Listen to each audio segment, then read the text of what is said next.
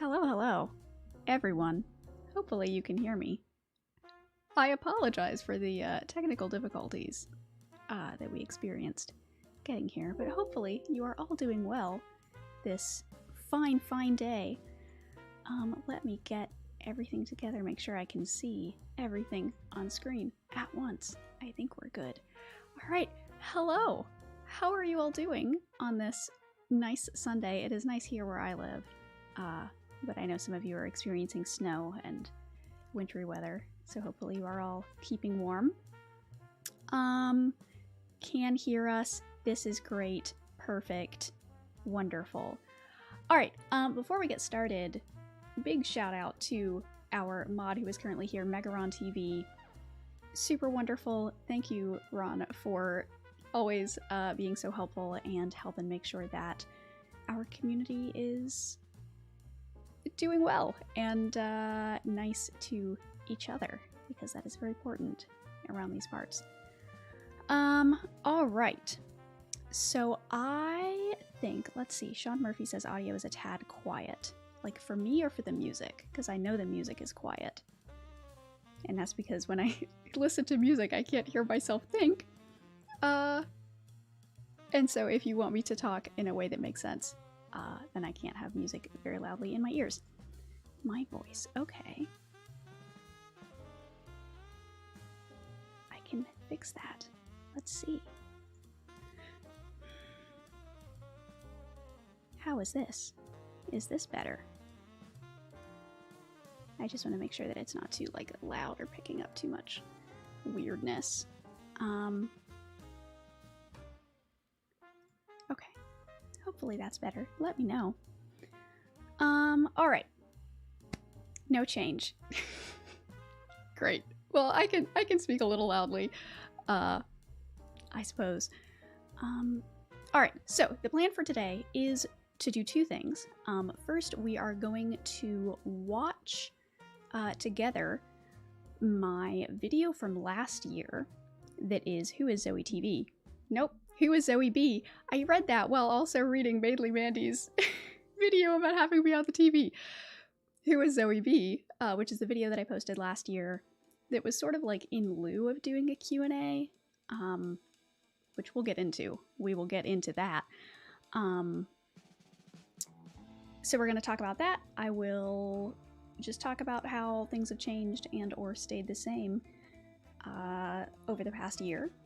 And then the second half of this will be doing sort of a more traditional Q&A where you all can ask me questions and I will sit here and answer them.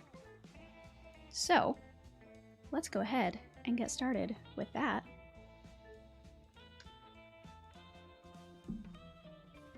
Also, I don't know if you can hear him, but I do have a Desmond currently on my lap right here. So he is, the prince has decided to join us today. Okay, let us see. Let's switch over to this one. Yes. Okay. Transition over here. And I'm actually going to go ahead and pause the music. And I'll probably want to turn the desktop sound up. And I have captions on, but let me know if it is too quiet once I get this started. I was planning on releasing a Q&A video today, and I was going to do a more traditional style Q&A where I would read off all of your questions and answer most of them, or as many as I could get to. And I tried that, and it did not go well. It was so this when I was recording that Q&A, the way that it started is that I had asked you all for questions. I think I can hear Charlie crying in the other room. I may have to let him in if he gets too loud. But I had asked you all for questions because I had decided that I wanted to do some sort of Q&A just so that you all could get to know me a little bit better. And I know that people like that kind of thing, so I was like, yeah, sure, I'll do the YouTuber thing and do a Q&A. And I got your questions, and your questions were fine. And then I sat down to film myself answering them. And I had like thought about the answers a little bit beforehand, just to like be a little bit prepared. And as I sat down to try and record my answers to your questions, I was miserable. Like I actually had a friend over at the time, and he was sitting there in the room while I was trying to record that first Q&A video.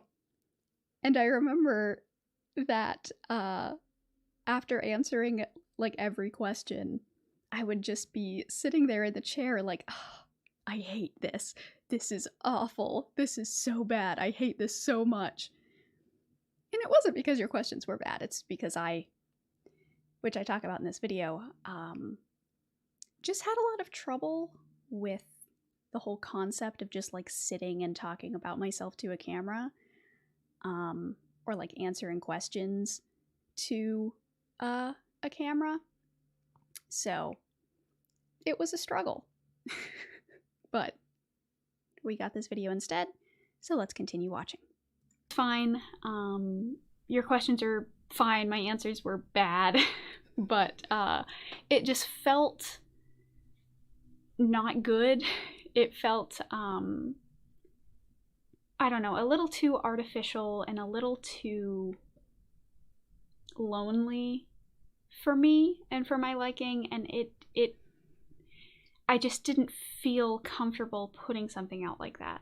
So what I decided was, instead of going through each question individually and answering all of them, that I would look at the trends in the questions that you asked, look at some of the more common questions, and then just do a sort of unscripted video essay where I try to answer some of those big questions in a more long form sort of way, and cover most of what you all seem interested in learning about me. So, so we look so comfortable in this little clip. Thank you. It was weird. Like even this compared to the other like actual Q&A thing that I tried to do, most of what I had done before was not really talking about like myself. It was, you know, the like video essay, like analytical scripted stuff, which is a lot easier for me to do. This unscripted, very like, I don't want to say self-centered, because that has a lot of negative connotations, but talking about myself was not really something that I was very comfortable with. Because I like talking about myself, you know, I like sharing tidbits of my life, but it just, I don't know, there was this weird discomfort in the idea that you all had these like specific things that you wanted to know about me. And I remember one of the things that I kept saying as I was trying to answer those questions was like, why does anybody care? Like, what is the point of this? Like, why do these people care, you know, what my, you know, whatever, like favorite author or whatever is? And it was so like alien to me that like people gave a shit about me and my life and my interests. It's just so funny to think about how like, I don't know, uncomfortable I was with the idea that other people like thought about me and were interested in me and like what I had to say and who I am as a human being. So it's just weird. And there still is like a little bit of weirdness here. But I'm getting better at it. I think that is one of the things that I have, that's one of the ways that I've grown over the past year since filming this past video. Oh, Carson Pierce says, I don't think anyone does really care. Yeah, fair. All right. So I'm sorry if this isn't the kind of thing that you were looking for. I don't know why I apologize so much. This style of thing is more me. This feels better. This feels a little bit more like real and authentic. I think it's better for all of us if I do it this way, and can be a little bit more real. So consider this less of a Q&A video and more of an introductory video where I'm using your questions as a springboard, as like a jumping off point for giving you a look behind the curtain. And yeah, I hope that this does all those things that you would want a Q&A video to do, but gives me a little bit less existential dread.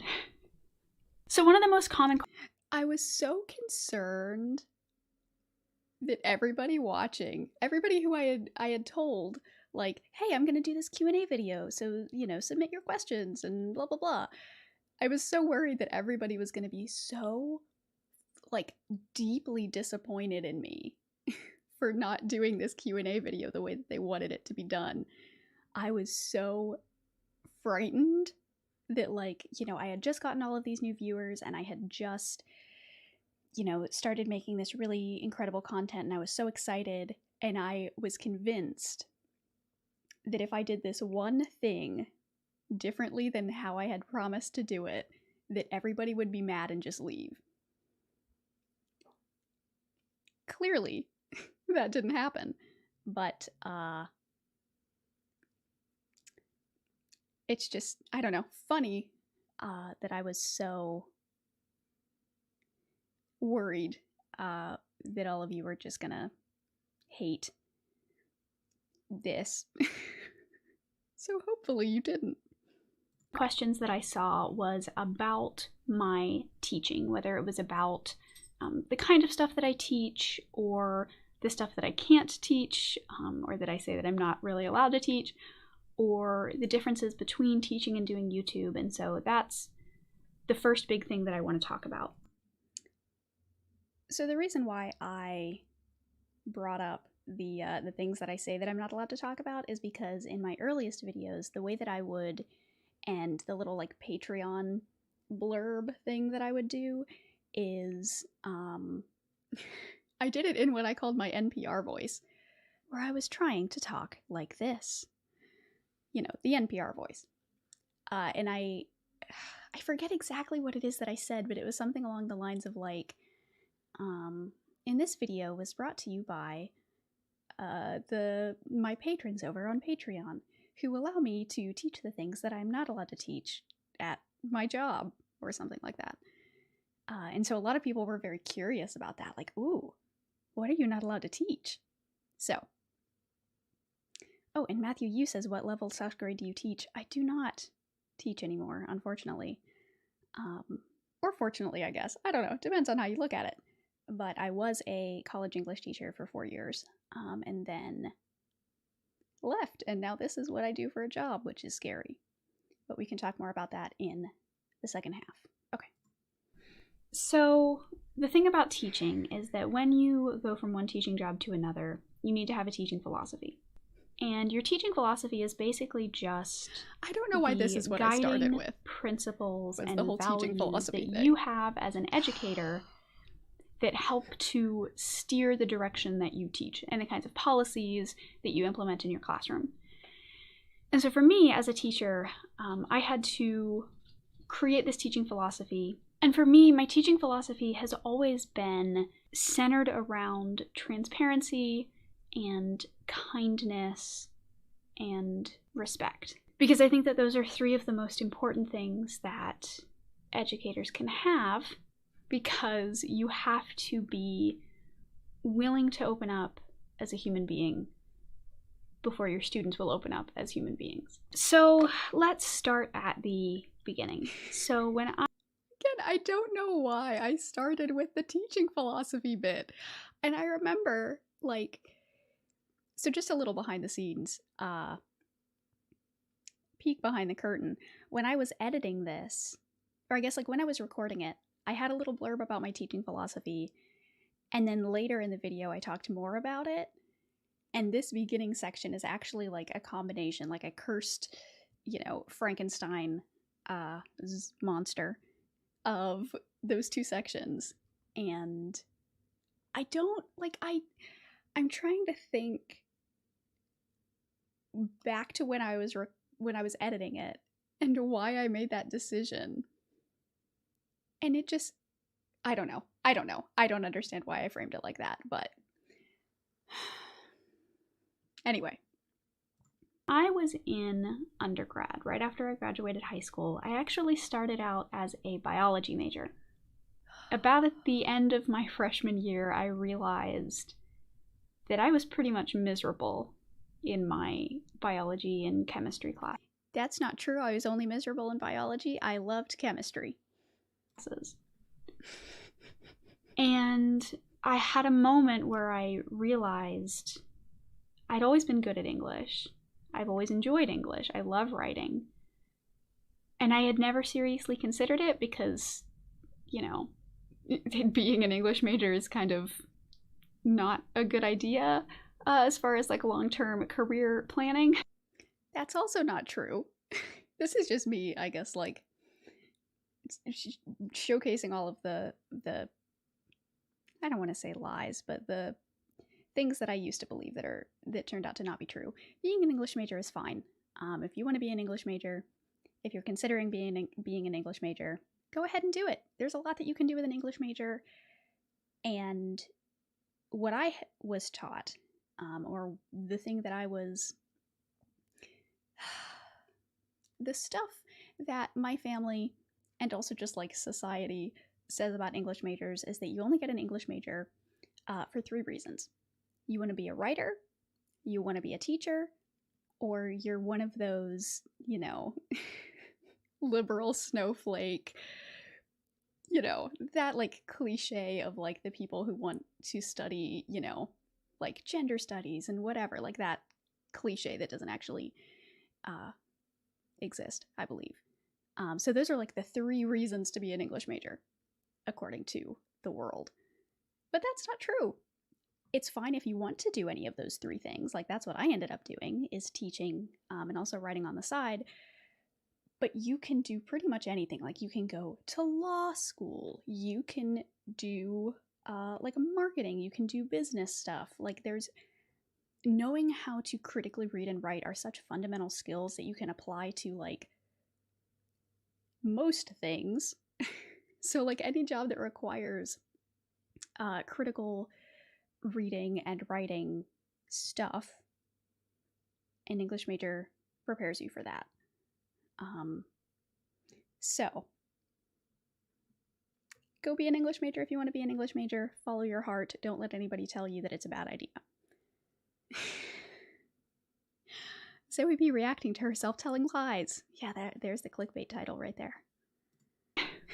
But I realized that I couldn't continue doing something that made me miserable, and I had to follow where I found joy, and that was with reading and writing. So I changed majors, transferred schools, and became an English major. And then I started to look at graduate schools. And the program that I was accepted into was at a Midwest private Catholic university. And everyone, maybe not in the comments so much, but on Twitter, whenever people ask, like, oh, where did you go to school, or where did you teach? I'm always very vague and cryptic because I don't want to be doxxed. So I will say that no one has guessed the school yet, but it's a Midwest university. There are lots of those, and it was great. Enjoyed my time there. This school offered me a teaching assistantship as part of my sort of package going there. And what that meant is they would pay for my graduate degree if I taught a few classes each semester. Also, this is just a Zoe B pro tip. what I was told in undergrad when I was preparing to go to graduate school is that you should never pay for graduate school. If you want to go to graduate school, find a school that has teaching assistantships or, other sorts of like programs where you can do something for the school, like work for the school, and they will pay for your educational journey, because that is really, like, most schools have lots of programs like that. And graduate school is expensive as hell, at least in this country. I don't know in other countries. And so that's why this school in particular was so attractive to me, was because it had this great program, this like teaching assistantship program. And that's just, it was because I was told that by my advisor, or my like professor that was my advisor in undergrad. And so I want to share that information with you, because that's genuinely, you should not have to pay for graduate school. There are enough programs out there. Find those, focus on those. Okay. And so I did that. And I had never seriously considered teaching as a career. What I wanted to do was actually political speech writing, which was, maybe a poor choice. But I started teaching at this university, and I fell in love. It was something that I fell in love with teaching. That is, I was already married at this point. Enjoyed, and it was hard, but it was worth it. And no matter how many days I came home exhausted and sometimes frustrated and sad even, I always wanted to go back and solve those problems. Every time I encountered a problem with teaching, I would come home, and that is all that I could think about at home, was helping my students and doing more research to help my teaching practice. But that was the start of my teaching career. And then after I graduated, COVID hit, and I had to find a job. I had no idea what I was going to do. And I eventually started working for a community college. I now teach English at the community college level, and I love these students even more. They are wonderful. They're great, and I love it here. So this is one of those things that, looking back, is kind of actually like genuinely sad to me, because it was at this point, this was, let's see, March of last year, and this was about 2 months in to what was, I think, one of the hardest semesters of teaching that I have ever had to do. And that's not because of my students, or I was going to say the material, but it is that. But it wasn't because of the students. Like, they were great. They were phenomenal. I loved my students. But the reason why it was so challenging for me is because, so the way that being an adjunct works, I was adjuncting at this community college, is it's like short-term contracts, basically. Like, you're not told that you will have consistent, like, you're going to be teaching at this university for 5 years or whatever. Like, it's a semester by semester thing, and you don't know what you're going to be teaching. You don't know how many classes you're going to be teaching. They are just like, here, teach this. And you're like, okay. And so the fall semester, I had taught, what was it? I think it was like 2 sections of English 101 and then 2 sections of the English 102, which were at this school basically like teaching you how to do critical reading and writing, and then teaching you how to like apply that in like research papers and things like that. And so that was great. I loved that. It was fine. But the second semester, that spring semester, I was given like 4 or 5 classes. But then there was a whole thing where like some teachers hadn't gotten any, and so I was like, you know what, you can take some of mine. Like I contacted the administration and was like, hey, I'm teaching 5 classes and this person isn't going to have any work. Is it okay if I give them some of mine? And I ended up just teaching 2 sections of, I think it was English 102 again, or no, it was a different one. I don't remember, some other composition class. And the way that it worked is that in January, and the semester started like mid-late January. So at the beginning of January, I was emailed by my department chair. And she said, hey, here's what this class is going to be. You know, here's how to get the online like web portal set up. Teach this. Here you go.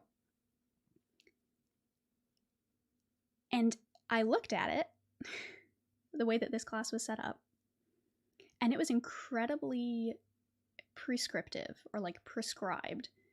Basically, they had given me a list of like,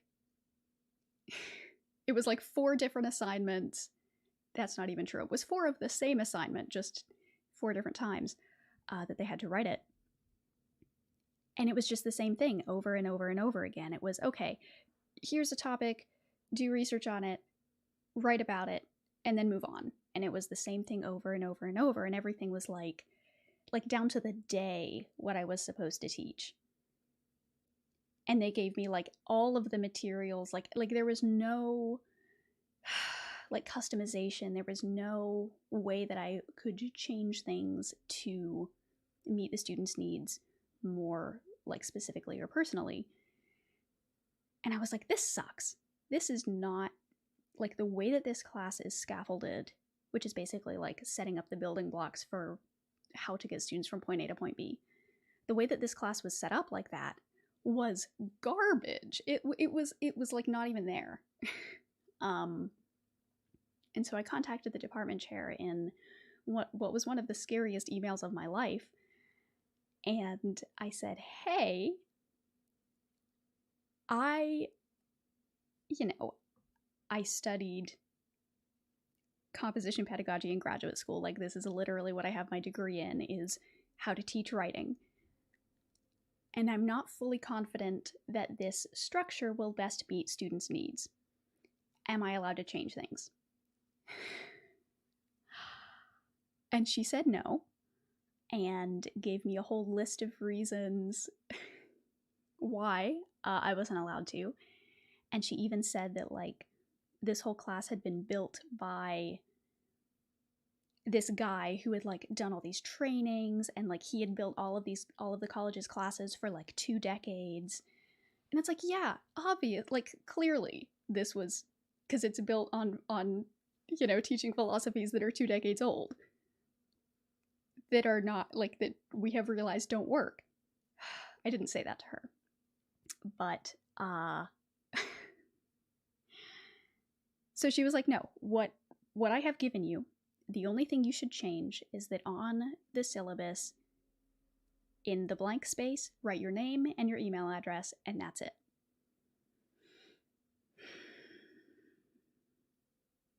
And so I was basically forced to teach students in a way that I knew was not effective or fulfilling for me or for them. And it sucked.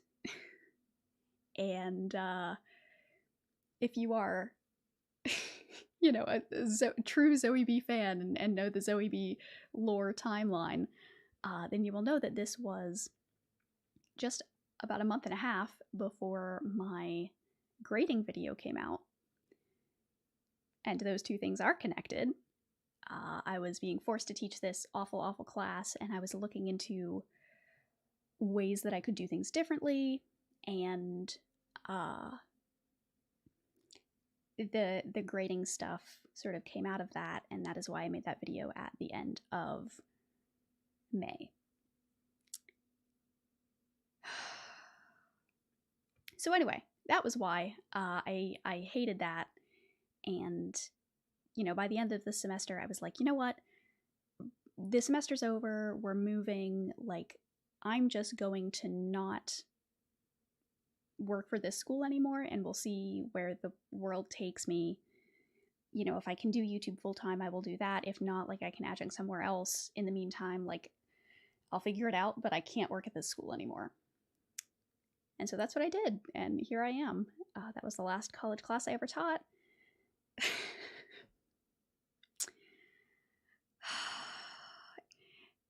Mainly Mandy, the hive line. That sounds too much like lifeline. I feel like there's maybe another pun that could happen there. Not sure. But yeah, so anyway, that's why watching this right now is kind of sad, because I know where this ends for me. And it's, you know, it's bittersweet. But it is a little bit sad, I think. All right. So your question might be, all right, so if you like teaching so much, why do YouTube? You know, what actually started this YouTube journey? The spring that COVID hit, so about a year ago, I was teaching on Monday, Wednesday, Friday. And it was Tuesday that the school announced that at the end of that day, they would be going to fully online courses. And what that meant was that I didn't get a chance to say goodbye to my students. And these were kids that I'd spent, you know, only like 2 months with, month and a half or so. But not being able to say goodbye, not being able to talk to them or talk about any of the just wild stuff that was happening with all of the COVID lockdown stuff, that messed me up for a while. And I mean, even now it's kind of hard to talk about, because it broke my heart to not be able to be there for my students, like physically be there with them and talk through things. And I think that's I think it's related. So that, I mean, I know we joked about me like telling lies. That is fully 100% transparent emotional honesty there. That spring, I mean, I think it was just sort of, you know, the compounding effect of what was happening in the world. And on top of all the stuff that was happening in the world, I also had this like personal stuff happening with my students. And it was incredibly difficult for me to go through that. And like, I remember my students, by the end of that semester, I had basically just like, I feel like I probably am not allowed to say this. Nobody can track where I taught.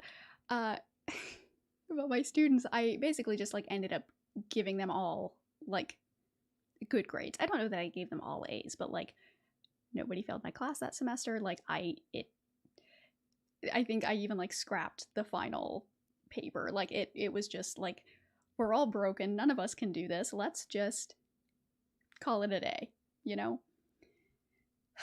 And I remember there was one student of mine who, she had a part-time job as, I don't know if she was like a nurse. She did something in like something medical as a job during school.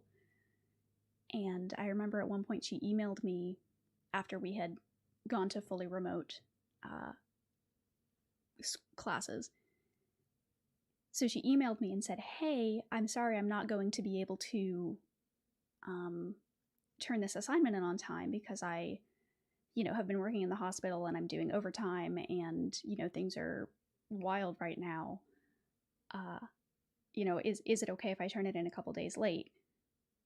And I was like, don't worry about that. Like, you have, like, you are doing so much right now. My class should be the last thing that you are thinking about. Like, don't even have this in your brain. Like, focus on you and what you're doing, and like know that you are doing more good right now than any of us. And it's just stuff like that, like these kids. And I mean, for those of you who were still in school when this happened, like, first of all, I can't imagine what you went through. I mean, it was my last semester of grad school, so like grad school classes are different.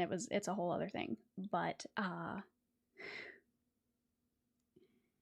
number of teachers that I know of and have heard horror stories about who still like made their students do things like exactly the same and like didn't cut them any slack and like made them do, and that's not even counting the like privacy issues with some of the like proctoring software and saying that you have to have your webcam turned on. Like, there's just a lot of those issues that are a whole other thing. But I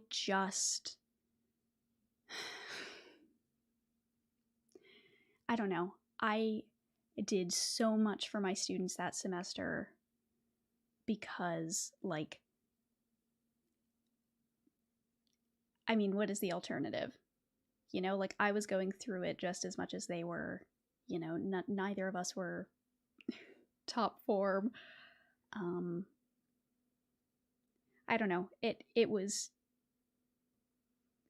a turning point for me as a human being, teaching through that first semester of COVID. Related to why I struggled so much with this Q&A video is because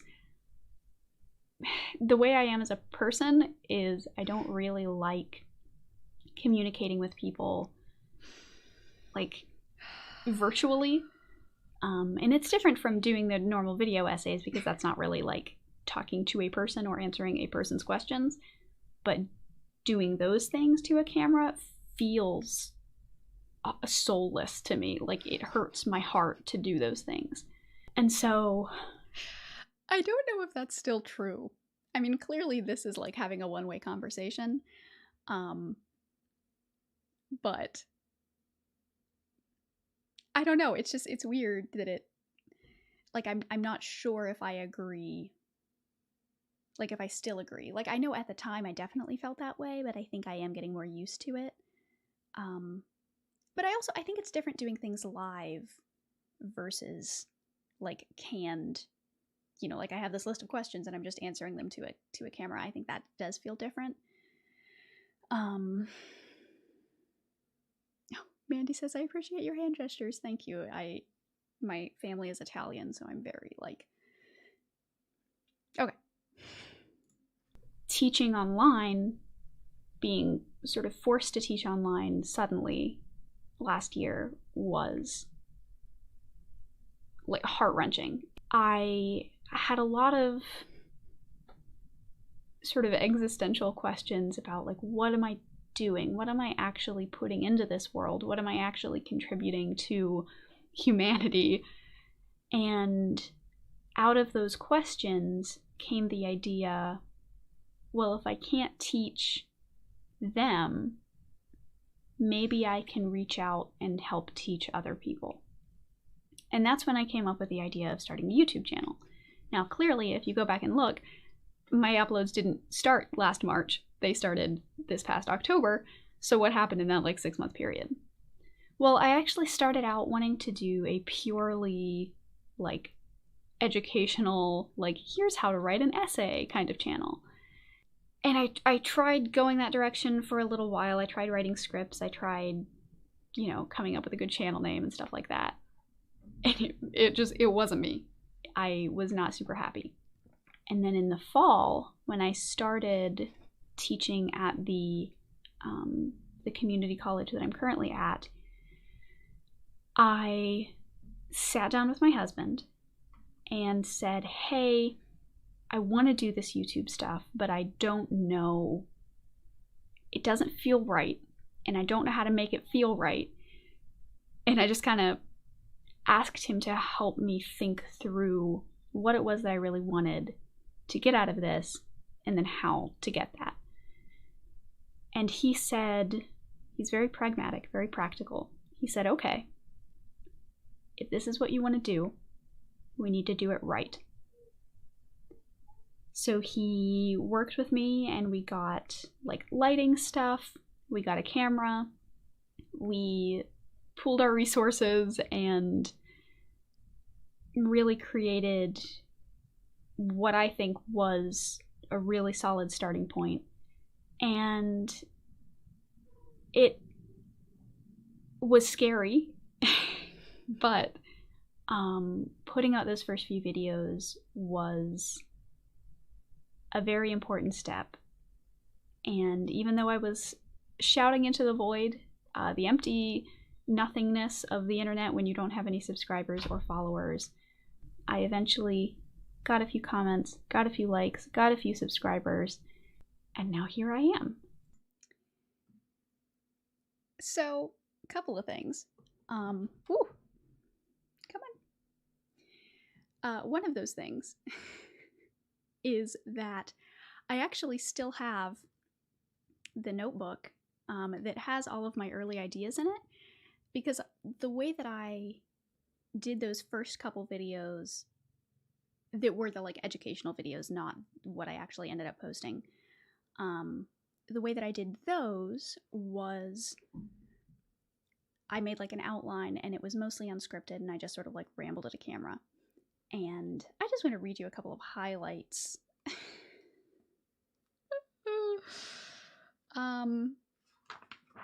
Let's see. Ooh, video ideas. How online learning leaves students behind. English teachers suck.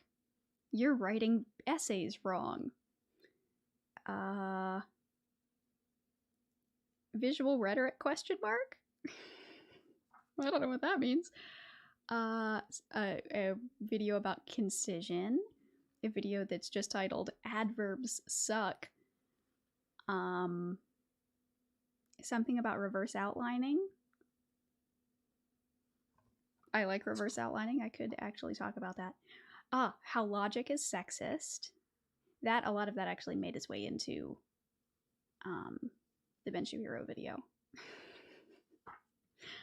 Let's see. Everything you know about writing is wrong. Why English departments are so weird. Why parts of speech don't matter. I don't even understand. Why is academic writing like that? Let's see, any other good ones? Oh, In Defense of Poetry ended up being, like, that actually did happen. Let's see, top tips for assigning essays, top tips for grading essays. Oh, and then this was the outline that, I don't know if you can see it. Let's, oh, no. There we go. I mean, it's more about that there is a lot and less about, like, what it actually says. Yeah, how to actually teach grammar. That became the Grammarly video. What makes writing good? I think I might still talk about that. It's just, it's so funny to go back and look at what what this could have been, you know? And I still do, like, I do want to do some of those things, because I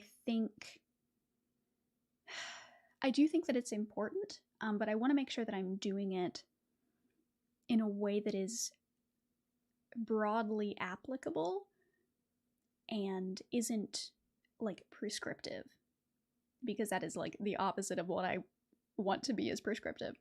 And what I mean by that, if you don't know what that means, is basically like I don't want to give you a list of rules that you feel like you have to follow.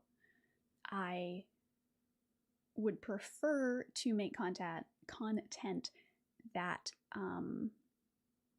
like illuminates why things are done the way that they're done, and not necessarily that they should continue to be done that way.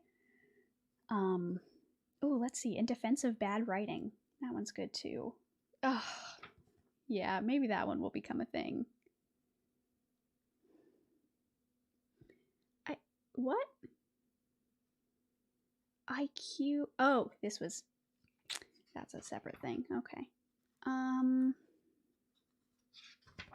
I think that's it. Oh, why you are a writer. I think I am going to do that one as well.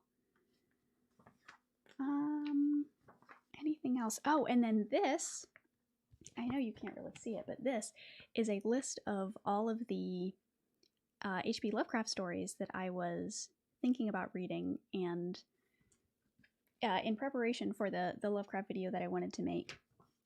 And I did like summaries of all of them and made little like charts to help me figure out what it was that I wanted to say. And that was when the channel became what it is today. And it's just, I don't know, like it's fun and funny, and I wouldn't even say that it's bittersweet, because I don't know that there's any like sadness or regret that I didn't do things the way that I did. I don't know. It's just it's fun to look back. And so one of the other things that I discussed in this section right before I paused is that my husband was incredibly supportive of this decision. I mean, he's, you know, wonderful and great in all of those kinds of ways. And he was the one who was like, okay, we're going to get like a camera and we're going to get lights. And like, if you're going to do this, you're going to do it in all the right ways. Like, we're going to do all this, you know, stuff. We're going to make sure that it looks good and sounds good. And even now, he still teases me about that. Because now that I'm like doing this professionally and have, you know, almost 150,000 subscribers, he's like, aren't you glad that I pushed you to do this the right way? And of course, I'm always, you know, very incredibly happy and thankful that he did do that. And I don't know, it's just a cute little story, I think. Okay, let's go. Now, some of you have asked me a few questions about how I come up with ideas. And as I'm sure many of you have noticed, my style is very similar to that of a lot of other bread tubers. I hate that term. I still hate it. I don't know why. It kind of causes me to cringe on the inside. It doesn't feel anyway, good when you I know say the it. group. Very similar content. And that is true. That I do talk about a lot of similar kinds of things as many of those creators. But for me, a lot of the ideas come from things that I already know about and that I already care about.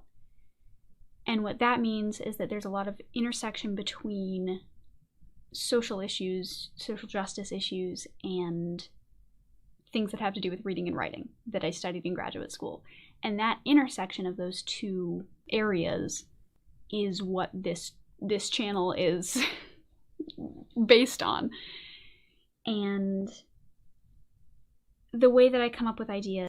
So I do want to talk about that a little bit, because this was one of the concerns that I had a lot in the early days, and then I'm still having a little bit now as I have been doing more sort of like writing and like literary stuff recently.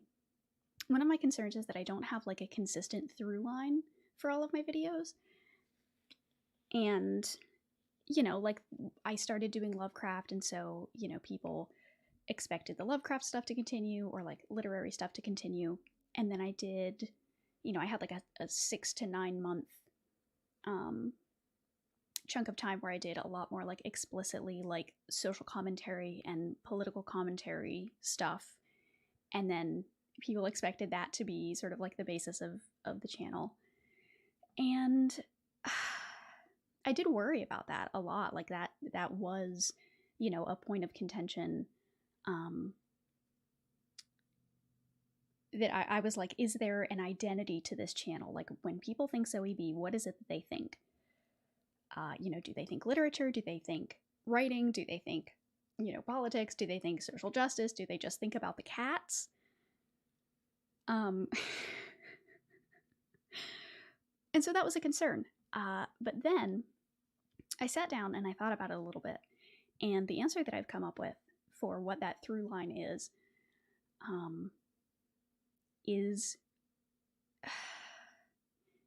I don't know how to say this in a way that isn't just like super vague and broad, but it's like thinking about big ideas through a lens of compassionate, critical analysis. And what that means is that my goal with the things that I do is to help people feel comfortable asking questions. And this is something that I talk about more in this video later on. But it's like I want to illuminate some of the things that I've discovered and thought about in my years on this earth and help people see those things and feel comfortable asking questions about those things and being able to, like, in a friendly way, sort of like nudge them and be like, hey, have you thought about this? Or hey, what about this? Or hey, here's this thing that nobody else is talking about. And so that's sort of, and I think that all of those things fit in that. And I think the other thing that is a through line is that it's all about words, which is also kind of big and vague and abstract. But, you know, the Lovecraft series was about how he specifically used words and how those words reflected who he was and sort of a lot of the cultural norms at the time. And then the food videos were about how we talk about food and what that reveals about how we view people who eat those foods. And I talk about words in relation to like rhetoric. Like a lot of the stuff that I do is essentially rhetorical analysis. And I talk about argumentation and I talk about words as they relate to poetry. And so that it's using words to help people think about big stuff. Which I guess is like all, that's like all analytical stuff. You know what I mean, hopefully. Anyway, that's the way that I've rationalized it. That's, thinking about it that way is the only way that I am not terrified that what I'm doing is, you know, doesn't fit with who I am and the other stuff that I make. All right, let's continue. Is more specifically is I have sort of like a litmus test that I run these ideas through. The idea needs to have enough material that I can actually make a, you know, 10 to 30 minute video, depending on the topic, about it. It needs to not have too much, because if it's super overwhelming, it's never going to get done. I'm not going to be happy with it. It's going to take 1,000 hours to render and upload, and I just don't have time for that. And it needs to be something that other content creators in that realm have not talked about before. And that's not to say that I can't talk about anything that, you know, Thought Slime or ContraPoints or Sean or whoever have talked about, because there are some angles that, you know, my perspective is unique on, or at least unique in this space online. And there is value in talking about things and looking at things from different angles, and that's important. But if other people have done things better than I ever could, or if they've said things in a way that, I don't have anything to add to the conversation, then I don't choose those. So for that... So there was actually something that I was planning on releasing in February of that year, so like a month before this video came out. And it was a video based on some research that I had done in grad school. And that research was into the online forums of incels. If you don't know what that is, I mean, Google it. We're not going to talk about it here, but also you probably shouldn't. It's bad. So this was some like ethnographic research that I had done in graduate school, where I had gone like undercover into the forums and studied the language practices. It was for a class on literacy, and so we were looking at like the literacy practices and like traditions of certain groups. And for some reason, that was what I had chosen, because I don't know. And so I'd done that in grad school, and then as I was thinking about what types of things I could do videos on, I was like, oh, you know what? Like, I have this research paper. It would be super easy to turn this research paper into a script. Like, why don't I do that and, maybe like update a little bit, like, go back through, see if, things are still relevant, etc. And it sucked. That was one of those things that I started doing the research, and then I was like, you know what, this is too toxic. I can't immerse myself in this anymore, like, again. So I'm not going to. And it was that paired with the fact that, ContraPoints has that incredible video on incels. And, I don't think it's a perfect video, but it is an incredibly popular video, and I think that she covers it in a lot of very good ways. But the way that because I knew that she had done a video on it, but I was like, you know what, she doesn't necessarily talk about like the language that they use. Like, that's not really the focus of her video about them.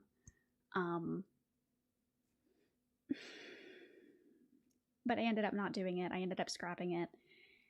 And I might talk about it at some point in the future if I think that it's relevant, because also, like, I don't know how much people care about, like, learning about incels anymore. Like, I feel like it's kind of old news. But I don't know. We'll see. Maybe if I get some distance from it in a couple years, I might do some sort of, like, reflective video about my time on the incel forums. But that makes it sound like I was, like, a member. But anyway, it was a whole thing. I don't remember why I went on this tangent, but oh yes, because that was something someone else had done, and I decided not to do it. That's sort of how I come up with ideas, and then turning ideas into videos is a whole other thing. So, just real quick, I saw this in chat. Ben Demery says, "Is there any research on the poor working people's?" I assume that's poor's language habits. Yes, there are. There are actually a ton of really great ethnographies of the literacy practices of poor and working class people. I don't. If you shoot me a DM on Twitter, I can give you some title recommendations, because I don't have them off the top of my head, but I know that there are some back there and in the other room. Okay. Oh, Bane of Ara Ara, Dr. Dubious. That's a fun name. What is an incel? We're not going to talk about it. Look it up yourself, but it's bad and creepy, is what I will say. I start with an idea. Sometimes I already have books on it. Sometimes I already have research papers, like these bins down here. one of them is filled with all of the research papers or like articles that I read in grad school. Those papers are now over here on this shelf. So I have a lot of sources. So usually the first thing that I do is I find the sources that I have, read through them or reread through them, and then if I think that I need something supplemental, I go online, I figure out what people online have as far as sources, whether it's articles or books or whatever, and then I gather everything up. I spend a week or two doing nothing but reading and annotating sources, and then I start to write my script. And the writing process is complicated, and it's something that I actually plan on doing a whole video on here in the next month or so. I was planning on doing that. Obviously, it didn't end up happening, but it is still something that I want to do. It just hasn't happened yet. But the writing process is one of those things that everybody gets wrong about how it works in our brains. Because that's one of the things that I studied is like when we write, what is happening in our brains when that happens. And it's something that's like very unintuitive about how we think that we write versus how it actually works.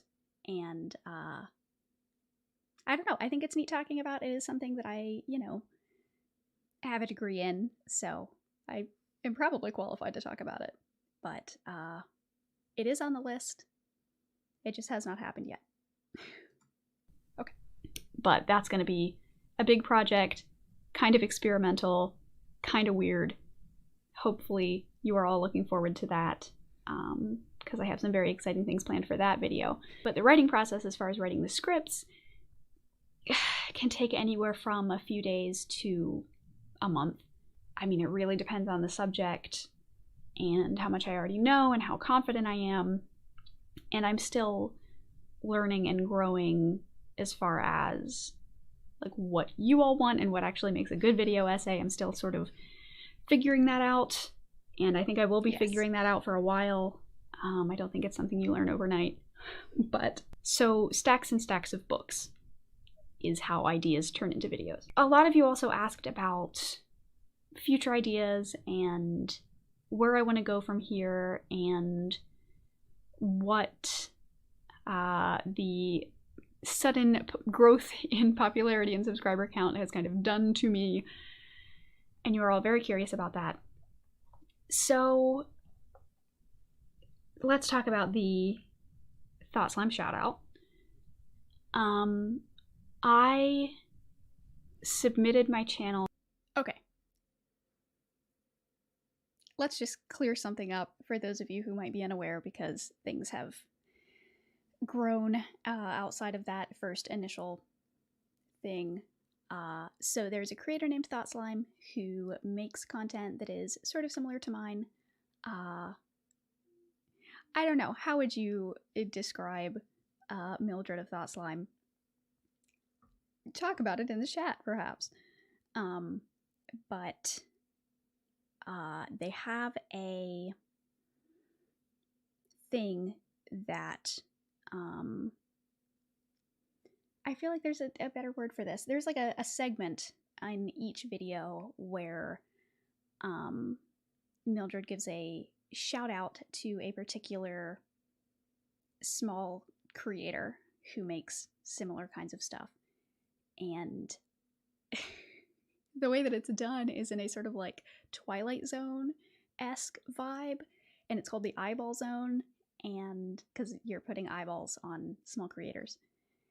And there's a lot of like creepy vibes, which is why I call it the place that shall not be named, because it's the vibes of it. And so he gave me a shout out pretty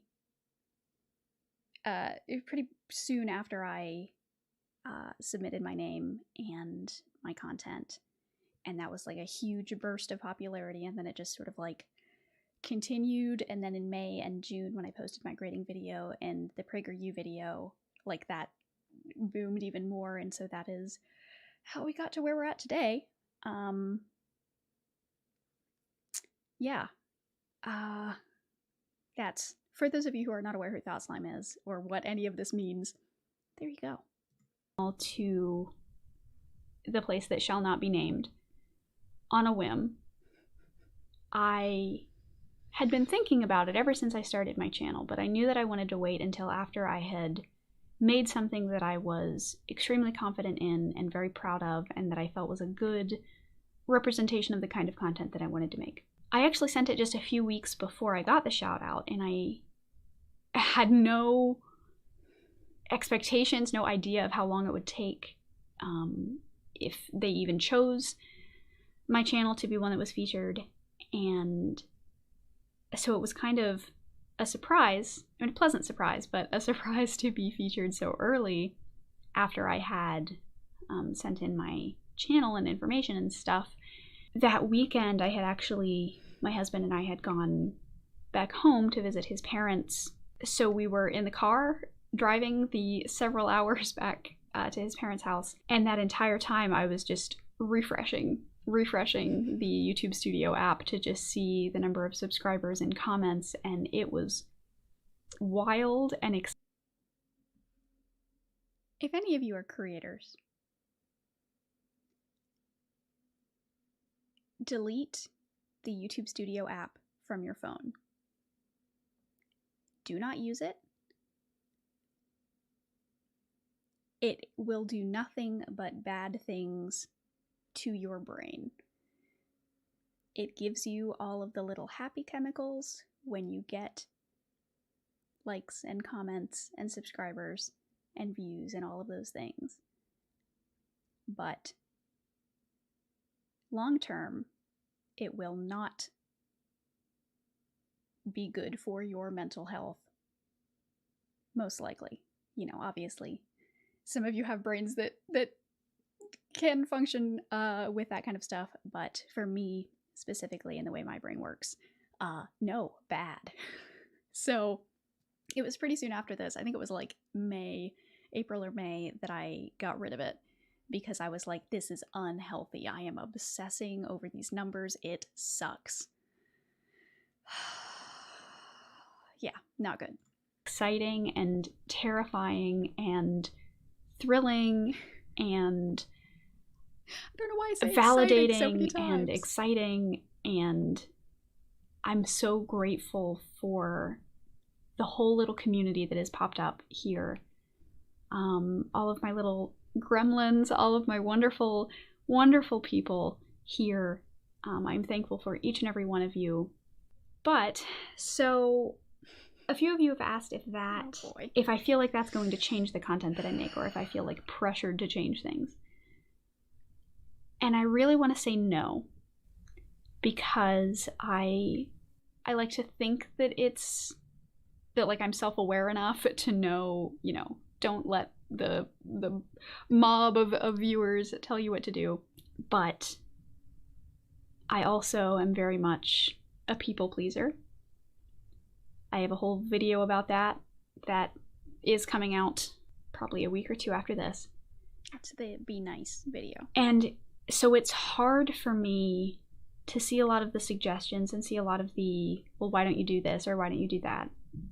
And not just immediately say yes and change what I'm doing and what I want to do.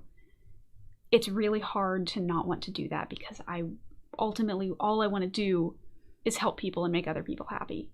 And it's really scary to think that I might be doing things that people don't like. And that's part of the uncomfortable part of this job, is knowing that not everybody is going to like what you make.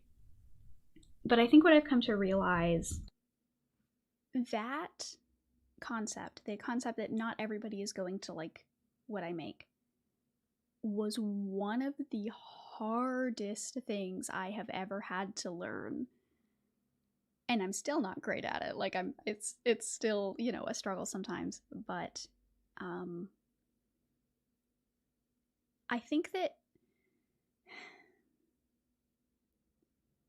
you don't really understand the size and scope of the internet until you start making content for the internet. And like, you know, you understand in theory that like, yeah, you know, it's connecting the world and there's millions and millions and millions of people, etc. But until you put things out into the world and people react to it in ways and from the perspectives that you never imagined, not that you like never imagined being attached to your stuff, but just like never imagined that any human being could think this certain way. Until that happens, like it really puts into perspective how big the internet is. Because I don't know, and maybe that's just a me thing. Maybe that's just, you know, I'm naive in a particular kind of way. But it really kind of surprised me how many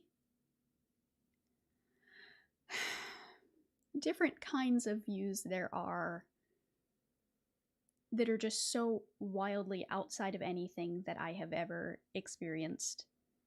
And that's not like I'm, you know, I grew up in a small town in West Virginia. Like I, you know, have been surrounded by a lot of, you know, conservative views and things. And now I'm in a more progressive space. And so, you know, it's not like I don't have a breadth of experiences.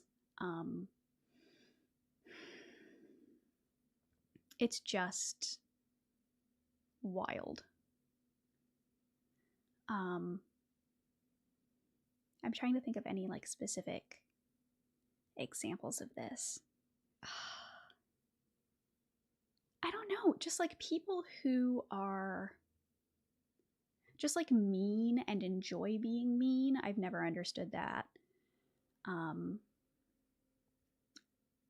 I also, so I didn't grow up with internet. I didn't have internet access until I was like 12, and even then it was like dial-up until I was like 18. So I didn't do a lot of like things on the internet. And so I didn't really grow up with the beginning of YouTube and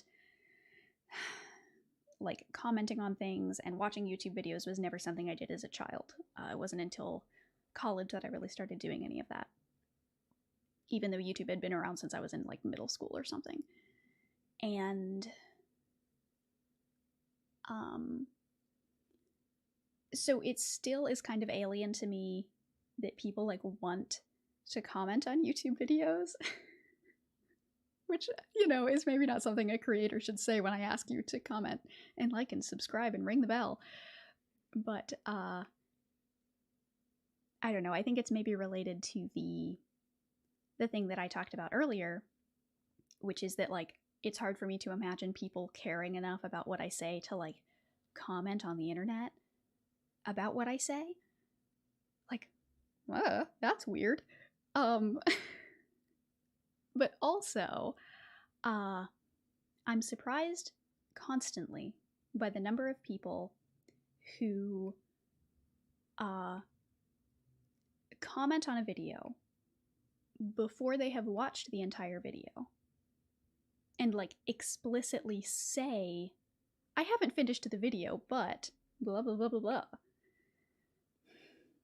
And a lot of the time, those comments are critical or, you know, mean-spirited, and like most of the time the thing that they're critical of or that they have a question about, I answer later in the video. And it's like, maybe if you had watched the whole thing, like, I don't know, it's just, I can't imagine commenting before you have finished the video. It just, I don't know, like, and I think it's just because I wasn't on the internet like as a child enough to like, I don't know, I just don't understand it. It's just wild, the things that people do.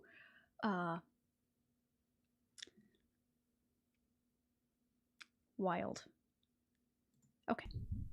and what my YouTube philosophy is compared to my teaching philosophy is that I know that I'm not making stuff for everyone.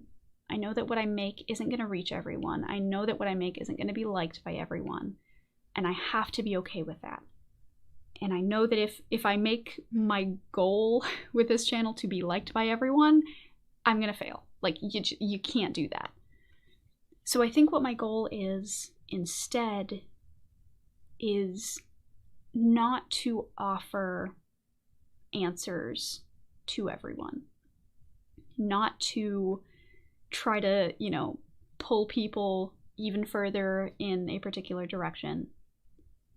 But instead, what I want to do is to be for other people what I needed when I was younger.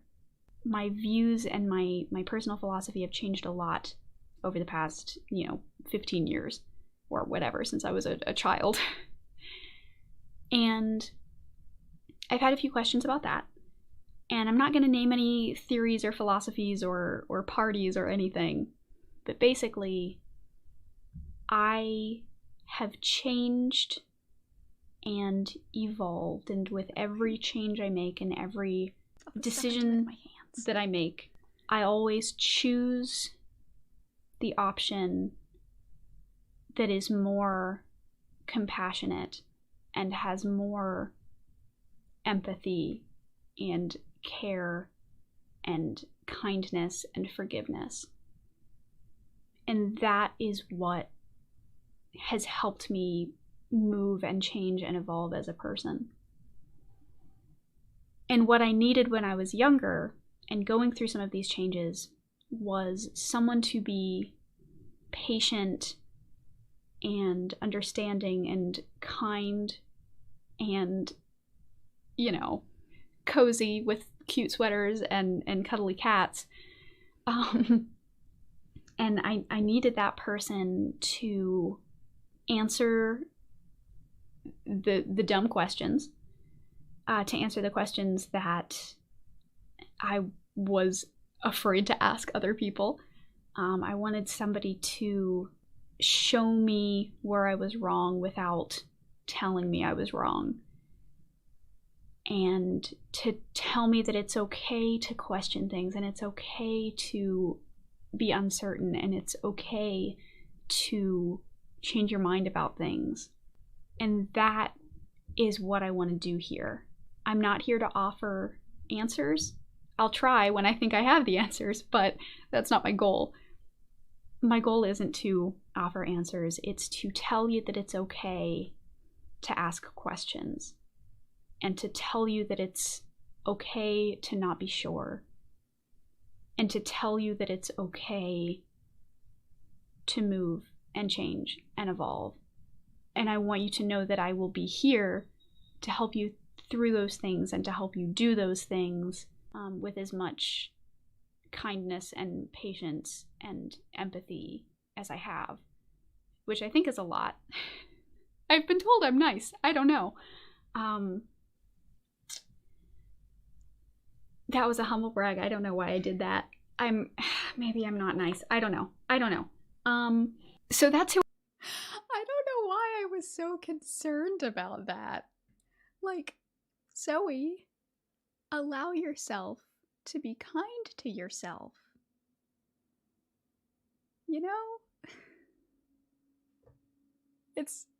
I don't know.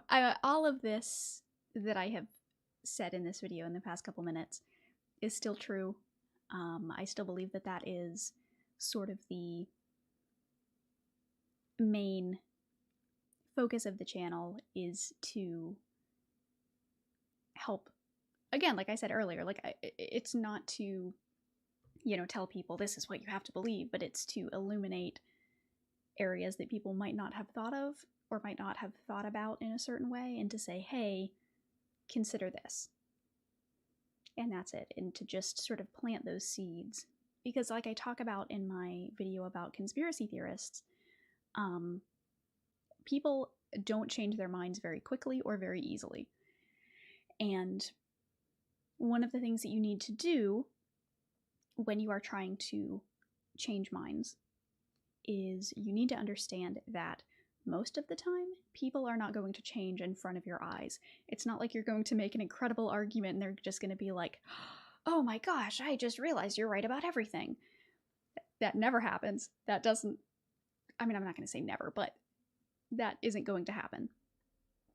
And instead, what you need to focus on is just nudging them in the right direction, just planting a couple seeds of, you know, questions and concepts and just little things that can percolate in their brains a little bit. And if they think about it enough,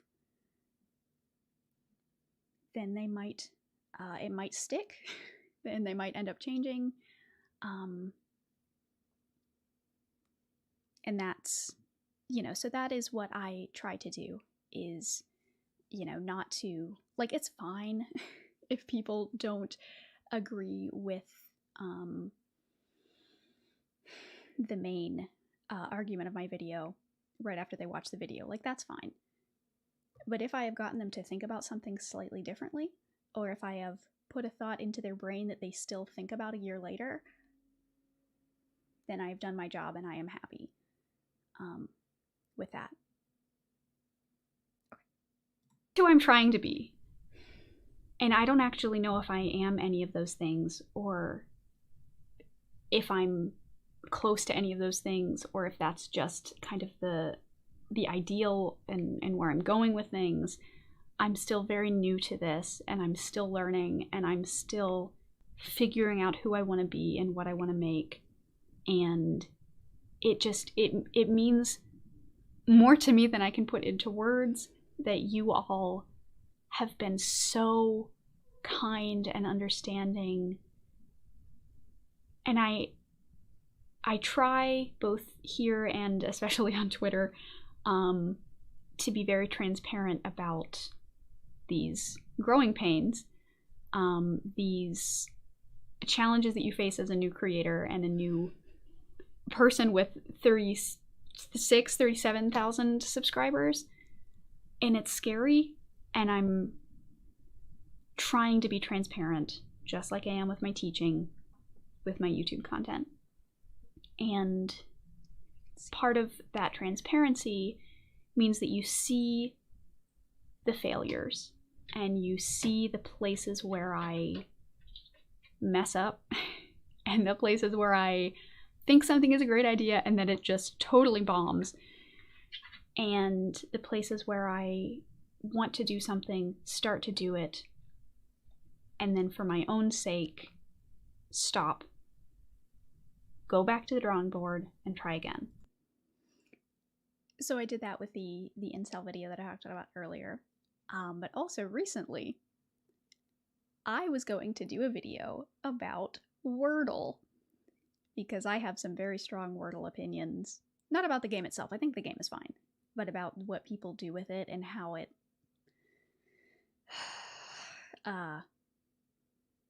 the way that people play the game, like the way that they play it and the methods that they use, and what that says about how we view language. But like, I had this idea and I was all like fired up to do it and started writing a script, and I was like, you know what? No, I don't want to do this. And like, after a couple days of like writing an outline and like trying to make it happen, it just fizzled out. That fire was gone. And like, I do think that the core concepts of that video will still remain, because I do still want to talk about how a lot of people see writing as a very like that it's possible to have, I don't want to use the word objective, but that writing is something that you can have like a formula for, and if you just like plug in the right things, then, you know, there's a lot of that kind of stuff that I have a real problem with. And that still might become a thing, like that core idea I feel strongly enough about that it might become a video on its own, but I don't think that it's gonna be framed around Wordle. I think that the algorithmic power of Wordle is gone. So I can't even, you know, and like that's why I was trying to get it written so quickly, is because I wanted to, you know, when everybody's talking about Wordle and you put out a video about Wordle, it's gonna get more views. And so, like, I won't lie and say that that wasn't part of it, because it was.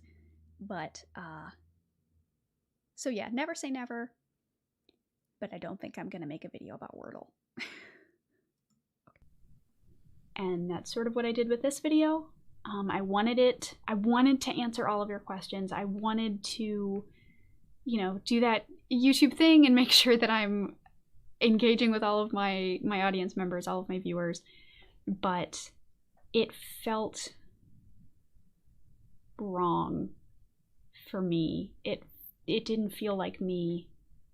And I didn't want to put something out there that was half-assed and that you could tell that I was not feeling it. The person who was doing my subtitles, it didn't want to put the swear words in the subtitles or the closed captions, which it's cute and funny and I like it. And so this is what I've done instead. I do have notes here. I mean, a single, you know, little notebook page of notes, but because I felt like it wouldn't work if it were scripted. It had to be real and authentic, and I realize that I'm rambling, and this is why I script things, because this is I can't do words. So yeah, I hope that answered every single question that all of you had. But I do hope that it helped you see behind the curtain a little bit and see the face behind the video essays and the person behind that face. And that little face that I make after saying, and the person behind that face, is one of the funniest things. I don't know if it's just because it's me, and I know exactly the feeling of confusion that I had when those words came out of my mouth.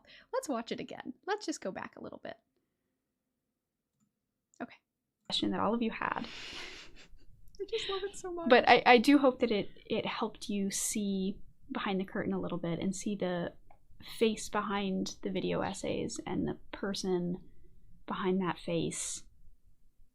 And I don't know why it's so funny. I hope I love it that you keep watching and that I can keep giving you things and showing you things and introducing you to things that are interesting and exciting and new and that help you to be the best people that you can be.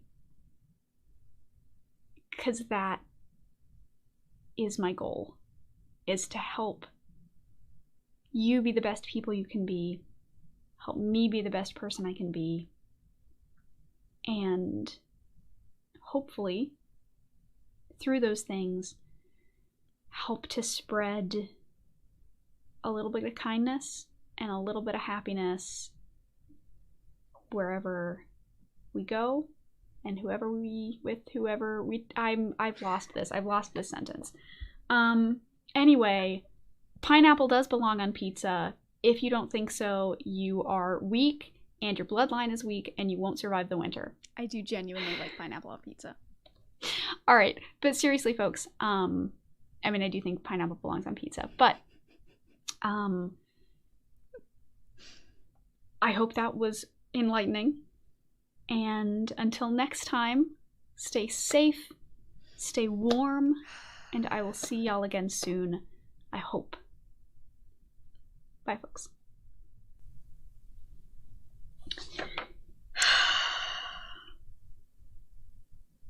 Oh, so this notebook is really cool. Because it, in fact, I think I have it in here.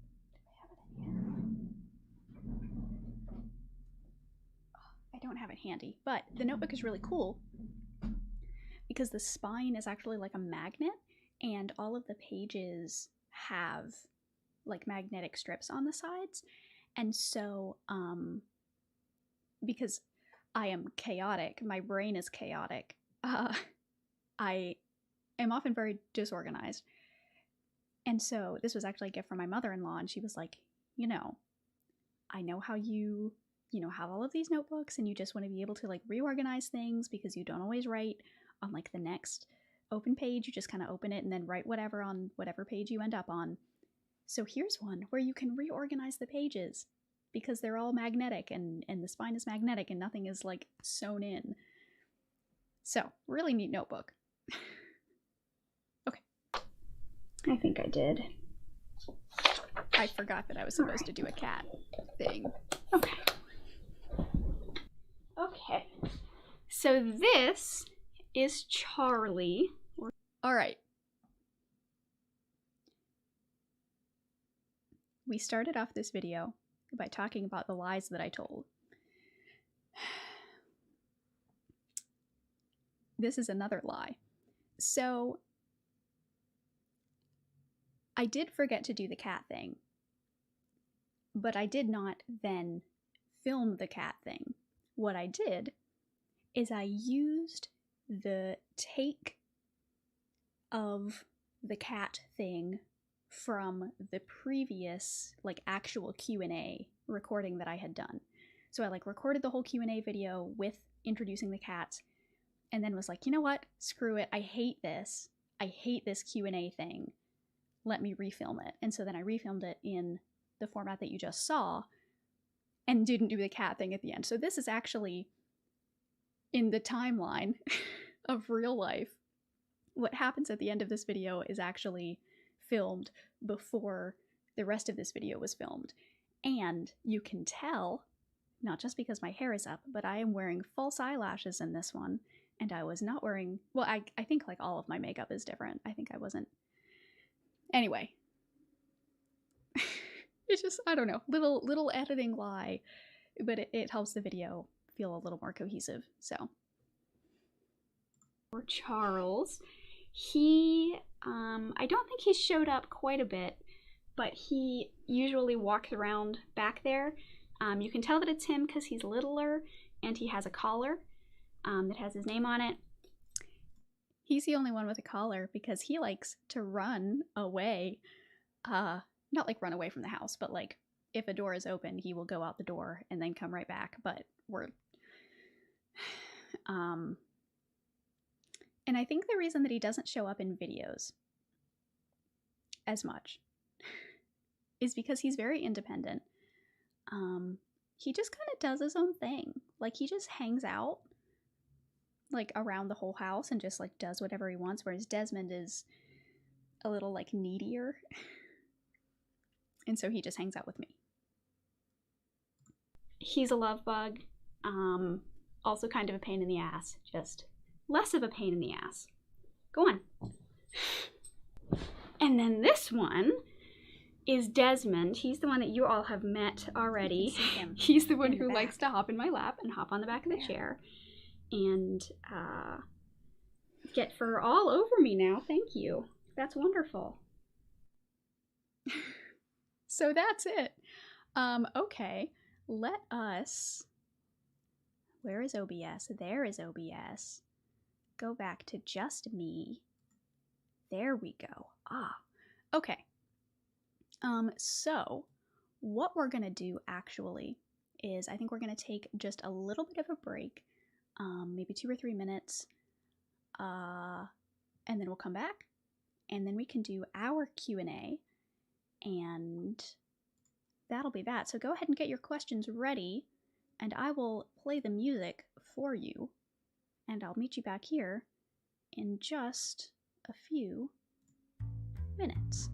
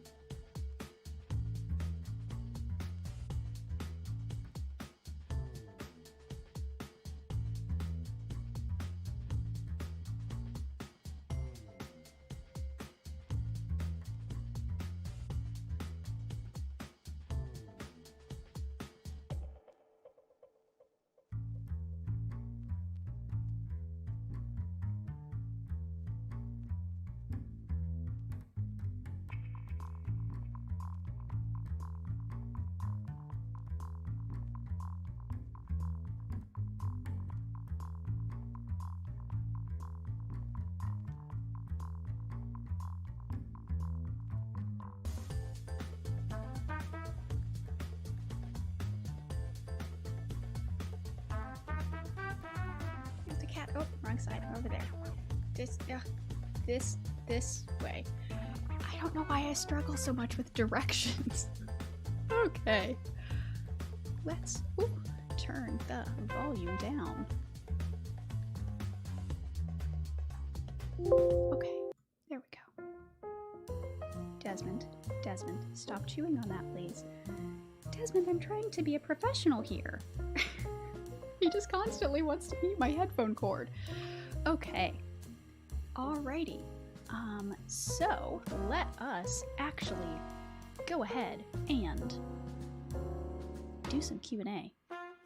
Let me actually reorganize my desktop a little bit so that the questions are more central so I can see them. All right.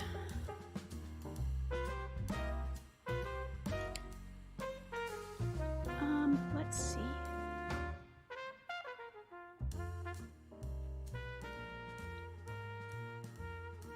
Love the royalty-free smooth jazz. Yes. Okay, how do you feel about comedy roasts?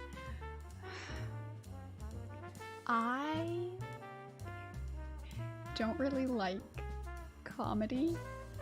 I just find that a lot of comedy is mean-spirited, and especially roasts, I guess that's like the whole point. And I know that it's like mean-spirited in like a fun way, and like it's, you know, all in jest or whatever, but I just don't like it. It feels mean. Which I know, like it's... And like rom-coms, I hate rom-coms. I think they're cringy. Not like cringe, kind of cringy, but like, I don't like it. Alright, I am gonna try to get to all of them, but if I miss yours, I apologize. Alright, your opinion on hyphens in phrases used as adjectives. Oh. I always want to use hyphens. So like when you, in this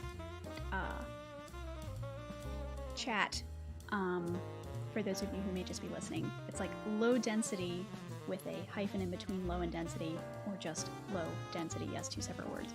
I always want to put the hyphen. Like that's something that like grammar checkers in like Google Docs or Microsoft Word, they always yell at me for that.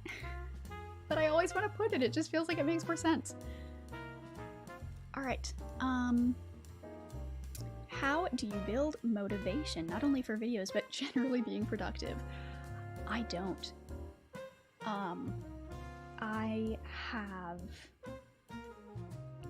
My brain doesn't like to do the whole motivation thing, and that's something that I struggle with a lot. It is one of the hallmarks of ADHD, which I have. And it's related to executive dysfunction, which is basically when like you tell your brain to do something, but it doesn't do that thing. As much as you want it to, it just is like, nope, not gonna do that. And so I struggle a lot, and between medication, which I am, you know, lucky enough to be able to get and afford, I also have a few like coping mechanisms, like techniques that I use to help force myself to do things. One of which is remember that like you don't have to do things the way that everybody else does them, and you don't have to do everything all in one go. Like if you know, for instance, have to like put the dishes away or put clothes away, you don't have to do it all at once. Like you can just put the silverware away and then take a break, or like just put, you know, the socks away and then take a break and then come back to it. Like it's because a lot of the time I don't do things because they just feel like so much and so big and so daunting. So breaking it up and knowing that like it's okay to like it's fine to do things that way, that has helped me a lot. Okay. Oh gosh, so many comments. All right. Do you have siblings? I do. But they have asked me not to talk about them, so I'm not going to talk about them. But I do. Let's see.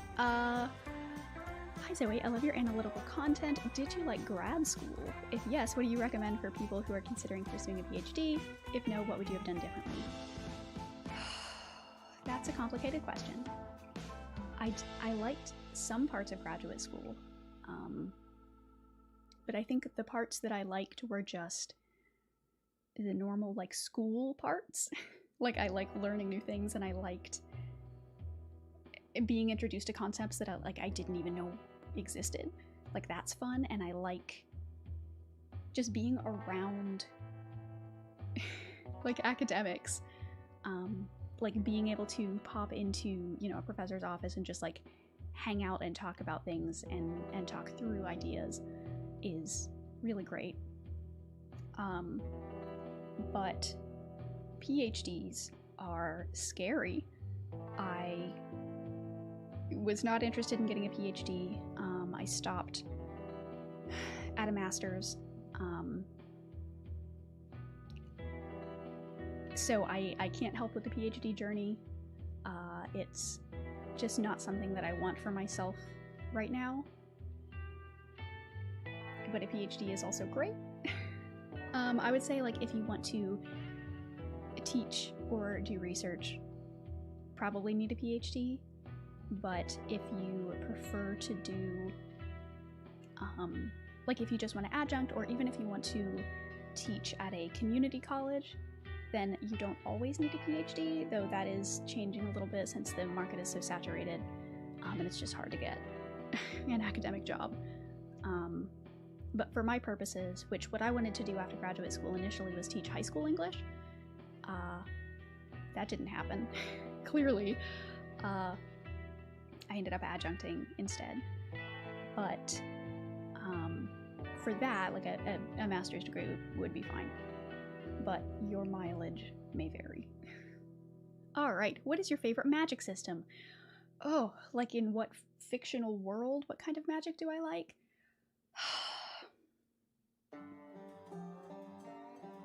I like sort of like crunchy magic.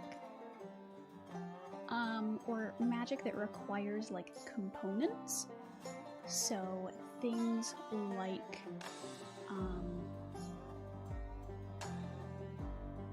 oh, I don't even know, like a Full Metal Alchemist type situation where you know, you have to give some, like, something has to disappear from the world in order to bring something else into the world.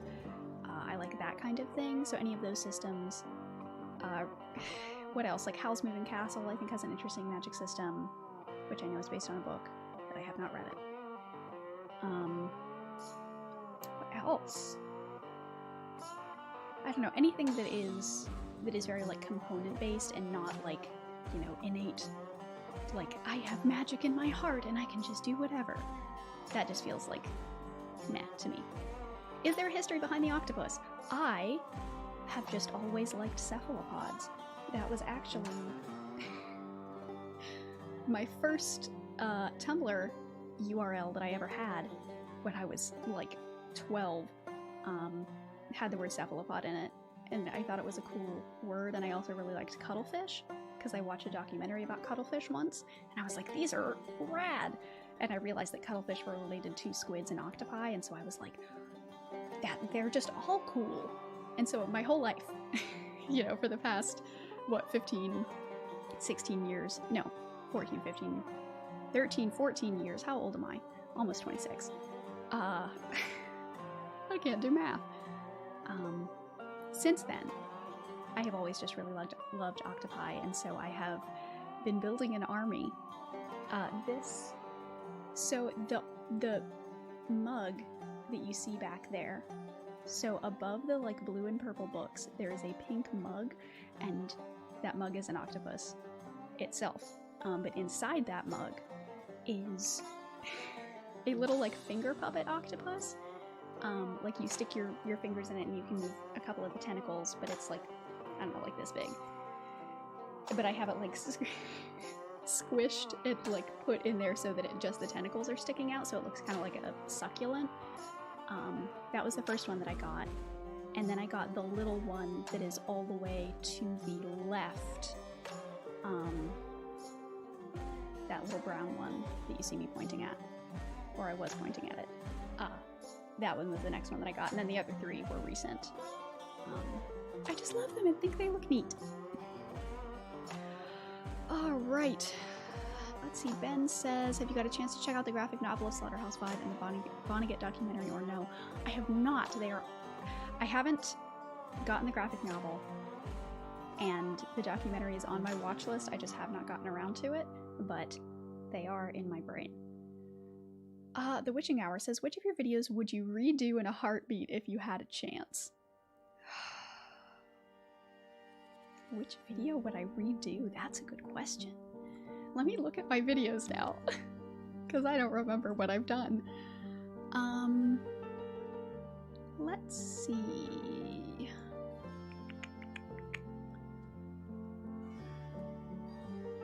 I don't know. I mean, there are things that I would like add to videos, but I don't know that there's any that I would like totally redo. Maybe the conspiracy theorists one, just because that had some like production issues. Like, it was a nightmare. The like audio had an issue and I didn't realize it until I had like done all of it, and I was too late to like redo it, and so I was like, screw it, it's just gonna be bad because I can't fix it. So I would probably redo that one, though it wouldn't be much different. It would just, like, the quality would just be better. Alright. Aaron says, have you considered applying to Nebula? Your content seems like a good fit for there. I don't know how to do that. Like, I thought, so a lot of the time sponsorships, like, come to you, and they're like, hey, do you want to have us pay you money to talk about a thing? And so I just sort of assumed that, like, that was how Nebula worked, too, is that, like, they would contact me. But, like, I would. I don't know. It's one of those, like, you know, do you text first in the relationship type things. Like, I don't know. Okay. Board games you like, or game mechanics. My favorite board game. Yeah, favorite board game is The Seventh Continent, which is the strangest game I have ever played. It's an exploratory, I don't know, like a tile-based RPG? Like tabletop RPG, I guess is what you would call it. I don't know how they describe themselves. Let's find out. But the wild thing about this game, it is the game that is the closest to like a video game in all the best ways. And what I mean by that is there's a lot of like choices you can make, and everything is like open-ended, and there's no, because it is like an exploration game, and you do have a goal, and there are different like scenarios you can play through that each have different goals, and the way that you accomplish it is up to you. You just kind of have to get from point A to point B, and you can do it however you want. And there's like items, and there's crafting, and there's food mechanics like hunting and fishing. There's a lot of like randomness as far as like encounters, like there are random encounters. It's it's a cooperative game also, so it's you and, I don't know if you can play it single player, probably. I don't remember. It's also a very long game, and it's one of those games where you like set it up in the morning and just play it throughout the day. It's long, and it actually has like a save mechanic, because again, everything is like tiles and cards, and so you know, can like place the tiles that you've used in, you know, a certain location, and it's a whole thing. But it's so good. I love it so much. It is everything. Like, I didn't realize board games could be like that. Okay. Oh gosh. So many. Okay. I'm gonna have to speed it up. So, what is your favorite video that you have in your channel? The grading video. What is motivation? Is it something you can eat? If only. Oh, your headphones match your outfit so well. I'm very impressed. Thank you. I've actually had these for like a decade. How do you find new poetry? Asks Zane. How do I find new poetry? I follow a lot of poets on Twitter, like poets that I know that I like their work, and usually if I like their work, anything that they recommend is also gonna be good. So I would say find poetry Twitter. Be careful, there are some hot takes on poetry Twitter, but it's a good place to start. Any thoughts for appreciating T.S. Eliot? I like T.S. Eliot. Everybody who has watched my poetry video is like, why are you hating on T.S. Eliot? I don't hate T.S. Eliot. I think some of what he does is pretentious, but like, it is, like that's the point of modernism, like modernist poetry. The point was to be pretentious. Like just ask Ezra Pound, like that was the point. It's not necessarily a bad thing, it's just, you know, it is what it is. But I like T.S. Eliot. I think he has some really good... I think the way that his like metaphors and imagery, I think are really nice. Okay. Let's see. Hello, Zoe B. If you have the time, please take a look about a conversation technique called street epistemology. I have heard of that. I've heard of that, but I have not looked into it. Let's see. You've mentioned before that you're a published poet, yet you've never promoted it. The patron poems you make are really good, and I would love to read your published work. That's because my published work is under my maiden name, and I don't want to dox myself. But I am slowly but surely working on putting together a collection of poems, with the hopes that at some point, you know, in the next year or two, I can have it published. Because I would love to have like a collection of my own, and not just, you know, have things in various journals, but I am working on it. Oh, Max, thank you for the donation. Very good channel, yes. What do to make a video good? What? Quality equipment is important. Audio more than video, I think. People are more willing to put up with bad video than bad audio. And just do things that make you happy, and that do things that you are comfortable doing, because if you are uncomfortable on camera, it is very obvious. So that is a danger.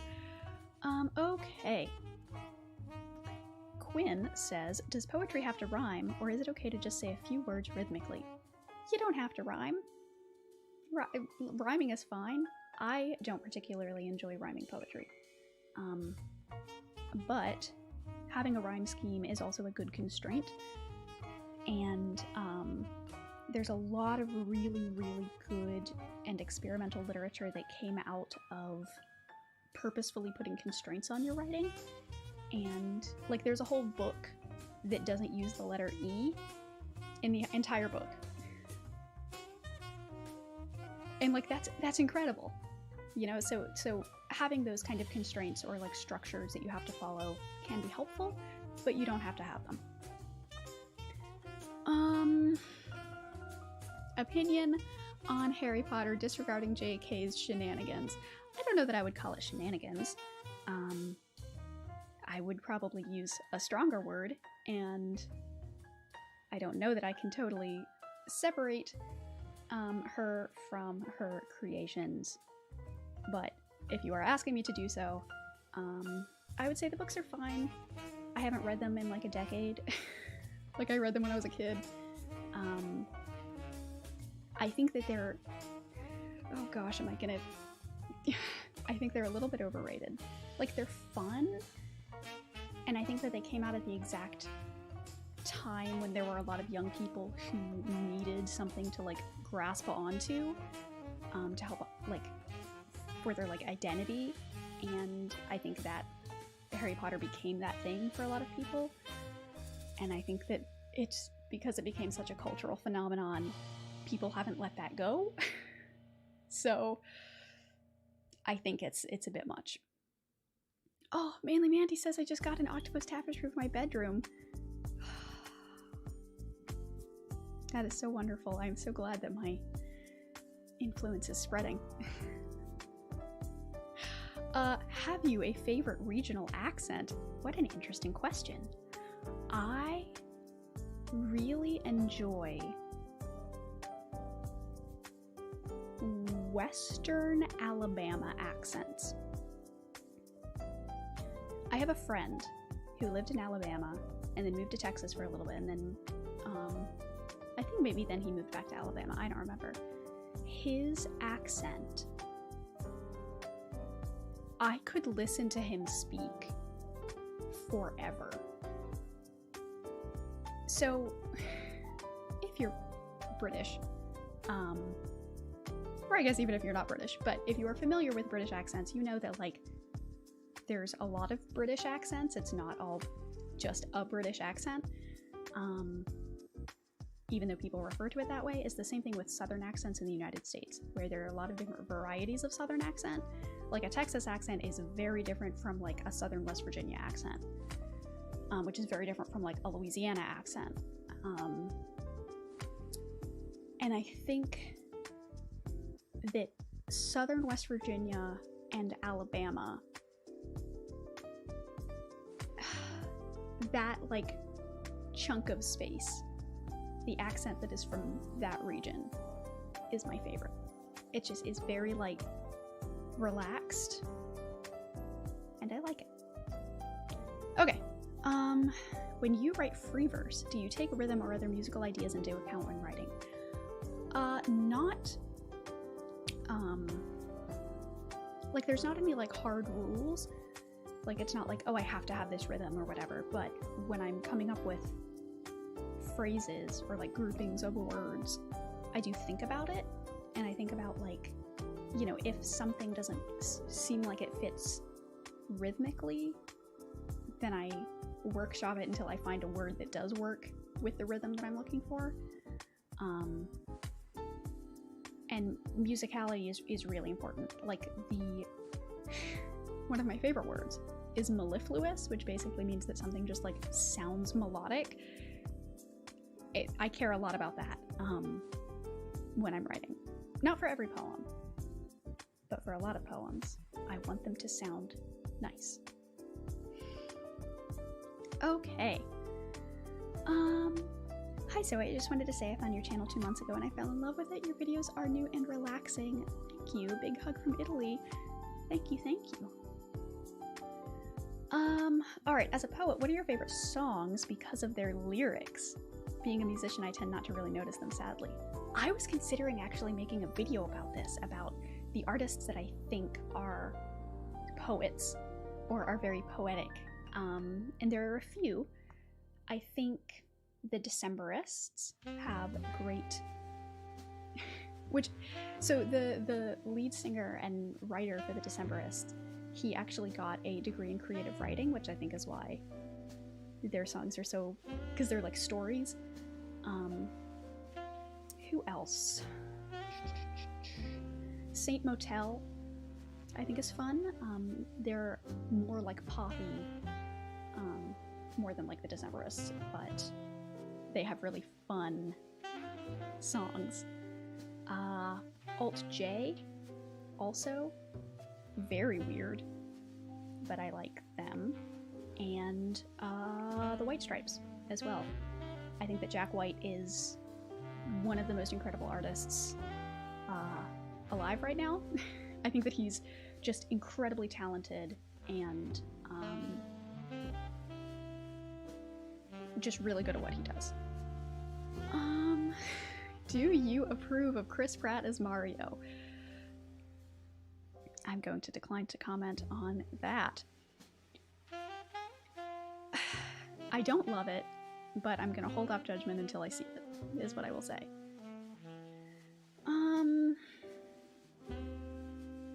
How do you make art, writing, etc.? I tell myself that no one wants to see what I make. Yeah, I do understand that struggle. And even with my first videos, I was like, who cares about this? Am I making things that are actually valuable? What's the point?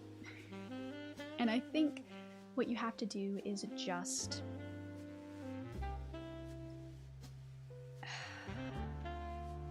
I don't know, I guess like force yourself to do it, I guess. It's one of those like fake it till you make it kind of things. I would say that come to peace with the idea that like if you can reach one person, then that is good enough. Because even if you just change, you know, one person or get one person to think about something differently or, you know, bring happiness to one person's life, like that is one person who didn't have that experience before and they do have it now. And that's incredibly fulfilling. And if you make any art and it's, you know, you post it publicly, chances are you are going to have that one person who sees it and enjoys it. And so that, in the early days, was one of the things that helped to motivate me to do what I do. All right. Hi Zoe, I love your videos on navigating a lot of the right-wing junk on the internet and your literary analysis. Your cat is adorable too. Thank you. He is currently laying on my lap. Seventh Continent is brilliant. Have you heard about the sequel? My husband has backed it on Kickstarter. Yes. We're obsessed. Maro Cat says, do you like anime?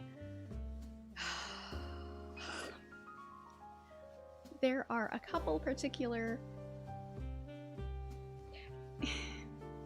I wouldn't say that I like it as a genre. There are a couple shows that I enjoy.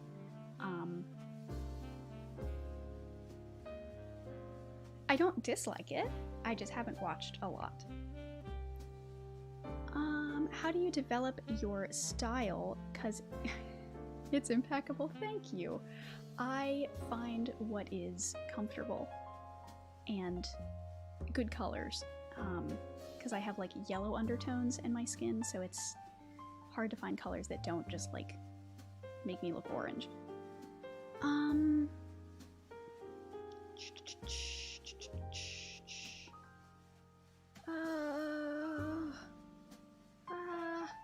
I've lost the chat. This is a game you'll want to kill bears in. Yes, very important actually. What band have you had on repeat lately? I haven't been listening to a lot of music lately, actually. But I don't know if this counts, but my husband is teaching himself drumming, and he has like an electric drum kit downstairs, and so I've been listening to him a lot, if that counts. Are you still a teacher or did you quit? I did quit. Well, I didn't renew the work that I was doing with a particular school and then just didn't apply anywhere else. So, if that counts as quitting. What do you think of slam poetry, like button poetry?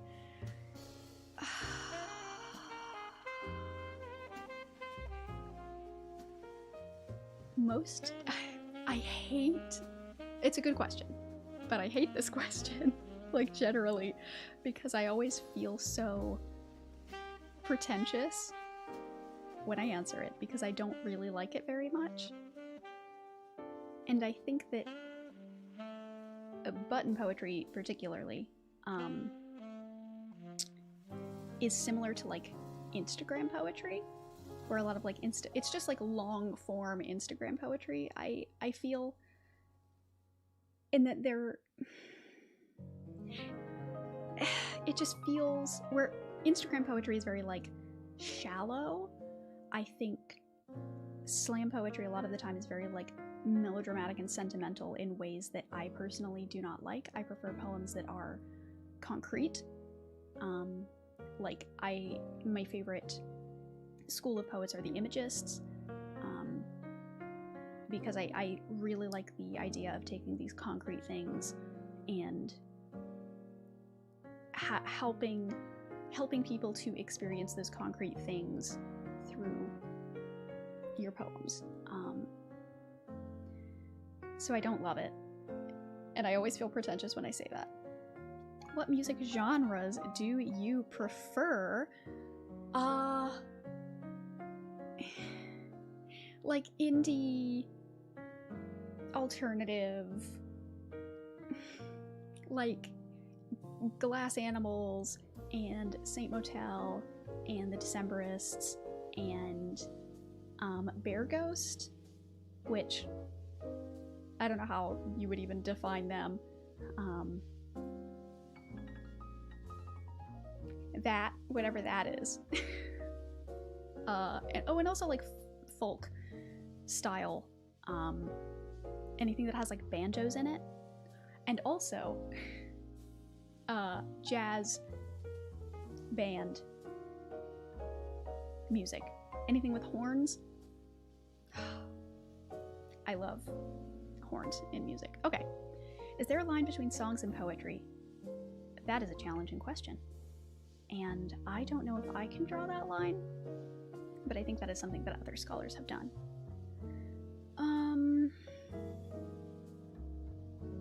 Is Zoe B your real name? I mean, it is the name that I use, if that's what you mean by that. Why speak many word when few word do trick? Chat retrospective, are you quitting YouTube? I am not. Retrospective doesn't mean that it's over, does it? I've had like 3 different comments about that. I thought it was just like looking back. Like spect as in spectating or looking, and retro meaning backwards. It doesn't mean it's over. Let's see. Can you speak to your experience with leaving Appalachia and how your worldview may have changed? What do you maintain? What did you let go? That's a great question. So I grew up in a very conservative family in a relatively conservative area. And so like a lot of those kinds of things I have changed my views on, especially a lot of the like social things, you know, all of the things, but I think that it has given me a good perspective on a lot of like class issues and how, I don't know, the whole like class solidarity thing, like it's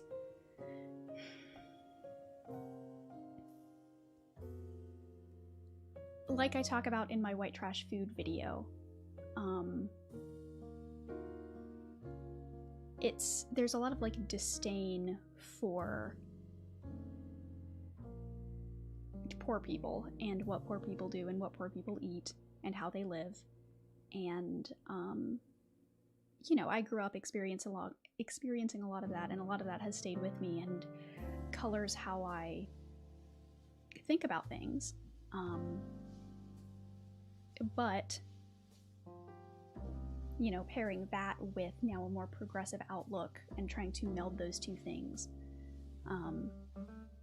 if that answers your question. Alright, so a little gaming question. Which consoles do you own? Nintendo Switch. Wii U. Yes, I own a Wii U. PlayStation 5. No, that's a lie. I don't know why I said that. PlayStation 4. My husband has been trying to get a PlayStation 5, but, you know, it is impossible to do. So, PlayStation 4, what else? I think a PlayStation 2 and a Nintendo 64. I don't know, a lot of those are my husband's, and he just kind of has them downstairs because he's one of those people who, like, takes meticulous care of things from his childhood, and so they still work. Okay. Are you going to do any more videos in the style of the Nothing video? It's my personal favorite. Oh, thank you. I have thought about it, and I'm not going to rule it out, but there has to be a good subject that fits with that kind of weird vibe.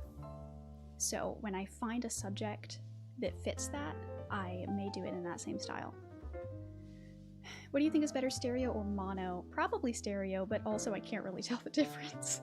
I am not at all like an audiophile. Like I don't know, but probably stereo. It's like more complex, right? Oh, Max, thank you again for the donation. Sorry for the weird phrasing, 50 character limit. Yeah, I feel that. Those donation character limits are frustrating.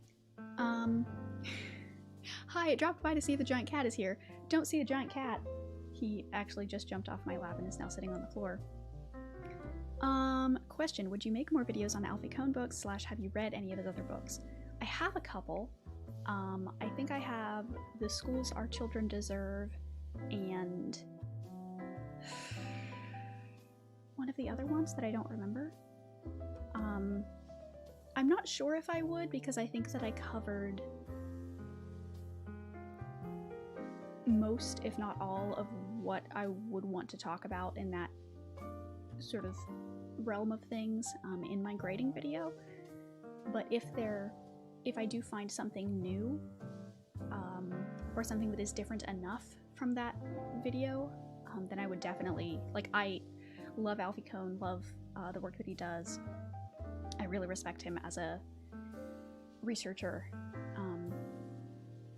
So I will always use an opportunity to talk about him when that opportunity arises. Alright. What is your favorite YouTube video you've done so far? The grading video, for sure. Let's see.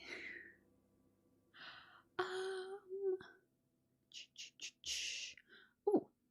Hi Zoe, what do you know about Italian literature? Is there any author in particular that you like?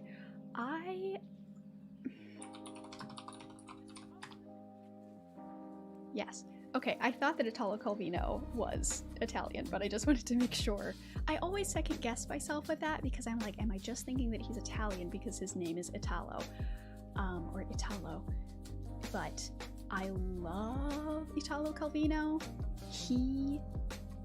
He's one of those writers who was in that school, I forget what it's called, but there was like a school of writers and poets who their focus on writing was that they always wanted to experiment with constraints. That is, like, certain rules that they used when writing, like that book that I talked about before that doesn't use the letter E. And there were a lot of writers in, like, the 50s and 60s, and, like, there have been waves of that, but Italo Calvino is one of the writers who was a part of that sort of school of writing, and that's where his book On a Winter's Night, a Traveler, that's what made that book happen. That's how he wrote that book, which is in second person. Like, it talks to the reader. It's a really great book, and I particularly love the Cosmic Comics, which is a collection of short stories, and Invisible Cities, which is sort of a collection of short stories. It's more like a collection of, like, vignettes. I love Italo Calvino. His writing is the prose version of what I want my poetry to be. It's really evocative and I love it. Have you ever thought about applying literary theory to video games? I have a video coming out next month. I don't have the script done yet, but it will have a little bit of that, my friend.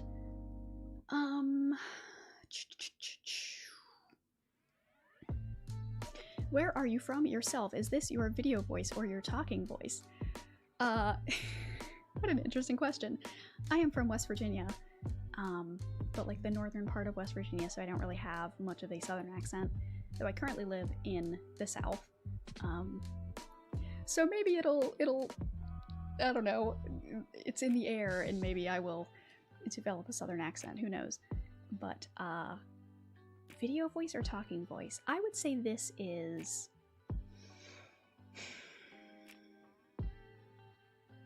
I think it's closer to my talking voice, but it's like the more purposeful version of my talking voice, because I know that I'm talking on the internet and stuff on the internet lasts forever, so I want to be more particular and picky with the words that I use. And I don't know, my video voice is a lot easier to do because it's scripted. And so I know the words that I'm gonna say, so I don't have to like think about it. Yes, the Decemberists. Decemberists are so good. Which music genre do you like?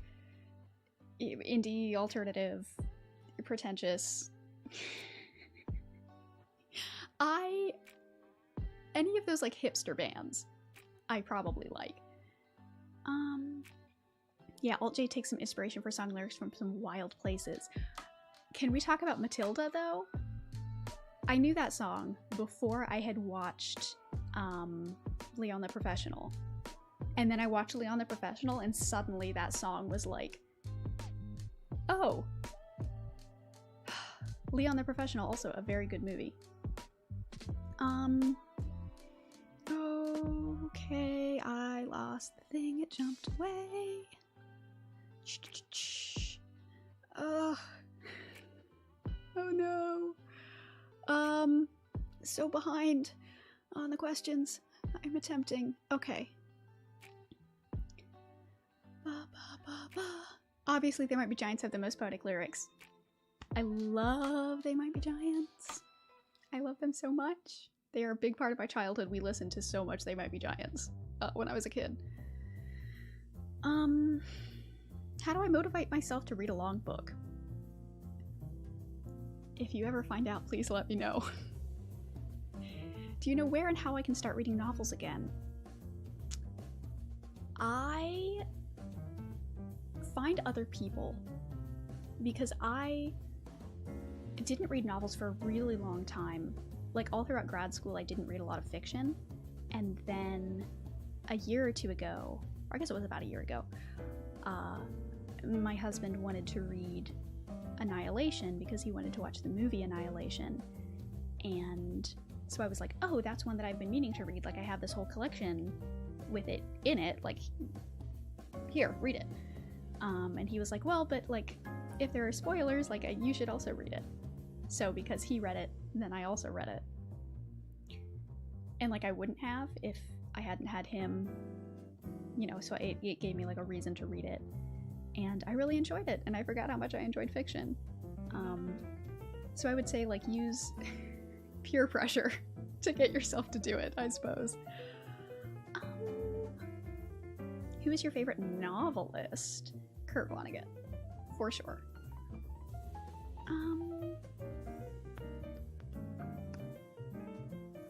I love that I finally found someone who also loves Image's poetry.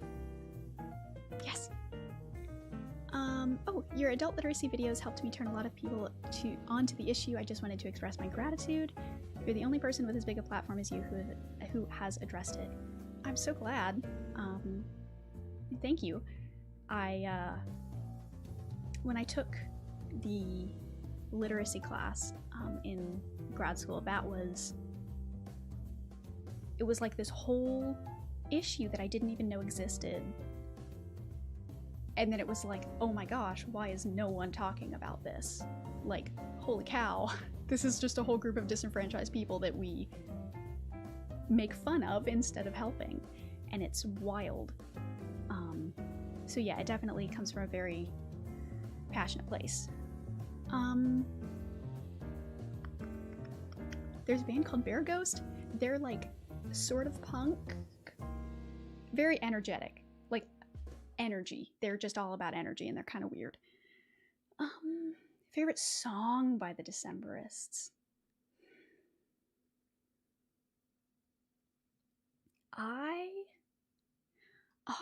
That's a good question. Am I gonna open up Spotify and look at my... let's see. Yeah, we're gonna do it. We're gonna open up Spotify.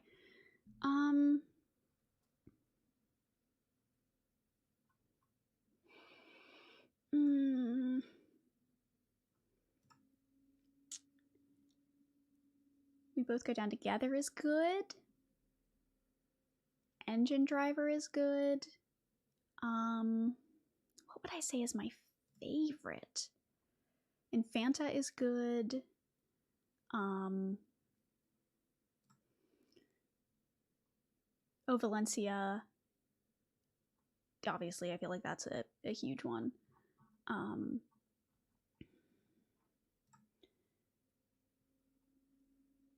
Hazards of Love.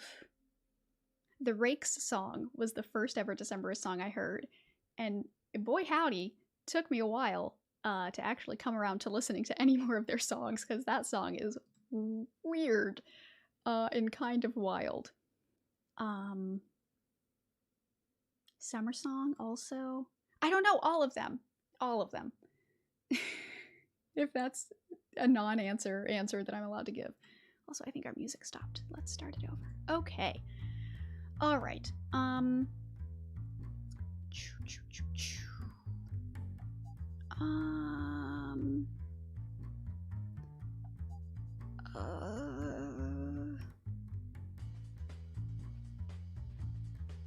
Let's see. Switch. I do have a Switch. I would like to hear your thoughts on Resident Evil 7. I have never played it. I am frightened of games. I am a coward. A motorcycle just went past. I am a coward, and I am afraid of lots of things. So I haven't played it. I have watched it played. Though I watched a Let's Play of it. What do you miss about your community in Appalachia? In what kind of community would you want to raise your children? I miss... I don't know. I am always so wary of, like, idealizing... That's not a word, but I'm gonna use it. Idealizing, like, small town life, because I know that that's, you know, it's not a perfect kind of thing. Like, when you know, put that kind of life on a pedestal, it's not good. But I do kind of miss that. I miss, like, knowing everybody and, you know, always being aware of stuff going on.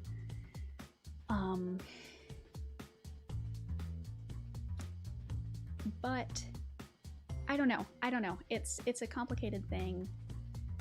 And the city that I'm currently in, I think is the city that we're hopefully going to stay in forever, here in North Carolina. And it seems like the kind of place that we would want to put down roots. So hopefully that does happen.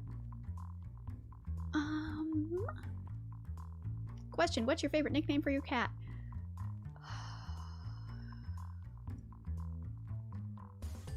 For Charlie, it is definitely Chuck. Because imagine a cat named Chuck, that's just so silly. For Desmond, we call him Desmo a lot. We also call him Chunk, because he's a little bit of a chunker. So we have Chuck and Chunk. It's so good. I know I have 20 minutes of delay. I know I'm behind. Listen. I'm trying. It's because I'm too verbose. Alright, if you were to collab with a fellow YouTuber, who would you prefer to work with? Oh, gosh. Depends, really, if it's them in my video or me in me and them video. What are words? If I didn't have to do any of the work, if it was me showing up in their video, then probably...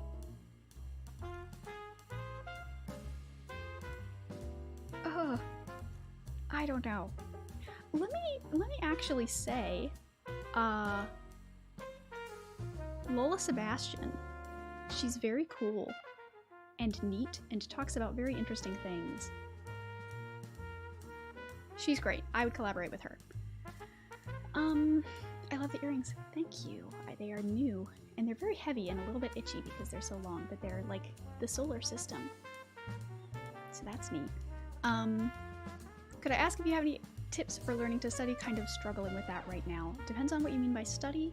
If by study you mean annotate, or like read things and get meaning from what you're reading. take notes in the margins if you can, like if you own the book. And in your notes, like remember that you are responding to the text. It's not always summary, though it can be summary.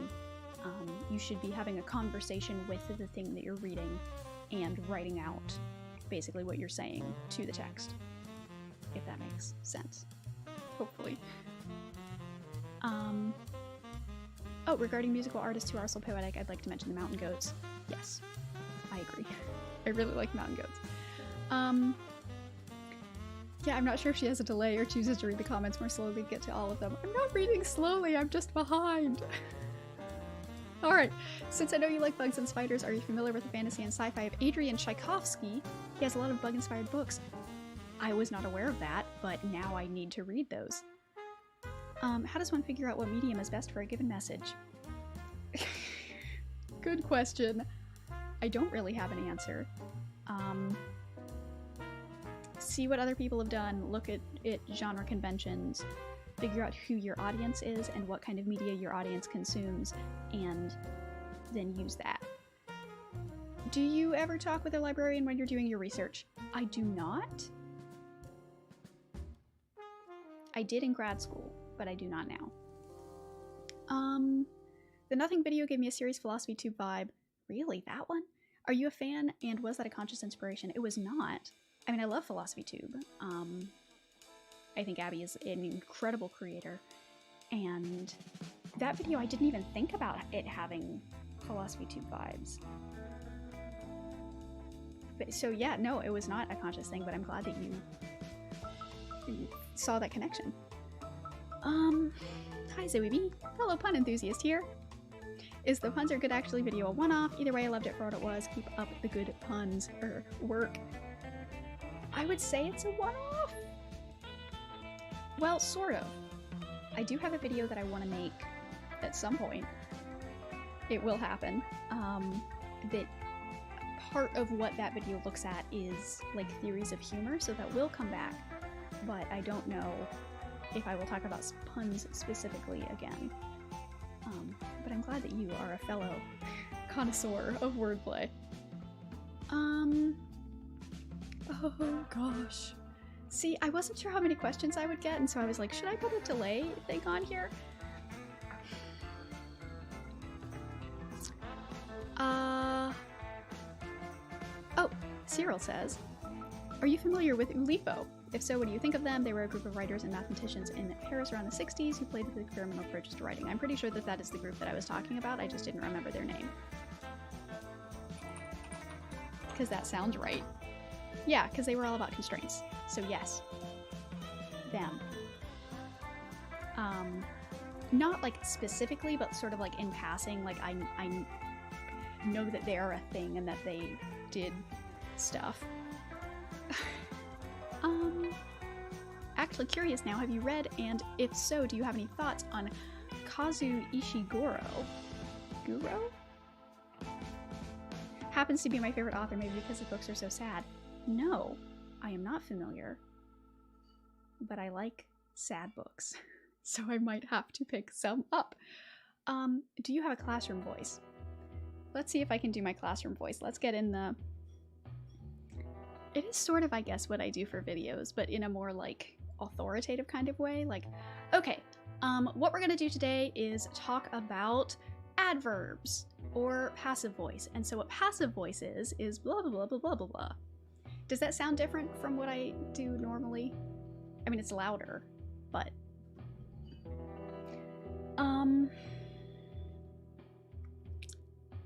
I don't know, it's so hard to, like, think...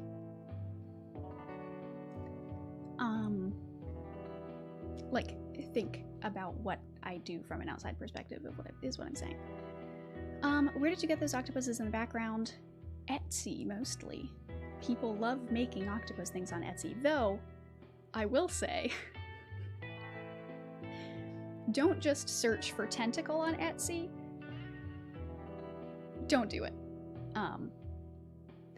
How to motivate yourself. Do your students know you're online? I know one specifically because I actually told him. But otherwise, I hope not. But I mean, it's not like, you know. Adult literacy, do you mean folks that can't read? Yes. Or people who struggle with literacy, because it's not like a black and white thing. There are some folks who have no literacy. There are some folks who have like middling and, you know, can read and write some things. But yeah, it is a spectrum. Okay. Can you share your screen? Because I like getting images to better grasp on the content when I do things that are about things with images. Yes. I also agree. I'm very much a visual learner. Is that a mechanical keyboard? I feel like those are blue keys. They are blues. It is a mechanical keyboard. Is Desmond named after anyone/thing? Yes. I'm not going to tell you what it is, but we have a cat named Desmond and a cat named Charlie, and we used to, before he passed away recently, we used to have a hedgehog named Sawyer. And if you can put those three things together to figure out where those names come from, it's a little Easter egg that I'll leave you with. Okay. Question, have you dabbled in any foreign language music? I have not.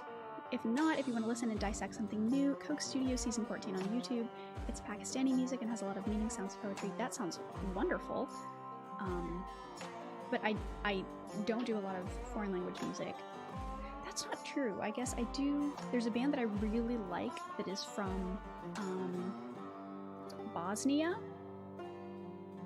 that I really, really like. And a lot of their music is not in English. I also like a lot of French, I guess, music. So maybe I do, but not a lot. It's not something that I've spent a lot of time with. All right, what are your thoughts on Alice in Wonderland? It's fine. I read part of it for a speech competition in middle school. Was it middle school? Yeah, I guess it was, 8th grade. I read a little bit of it for a speech tournament and got first place.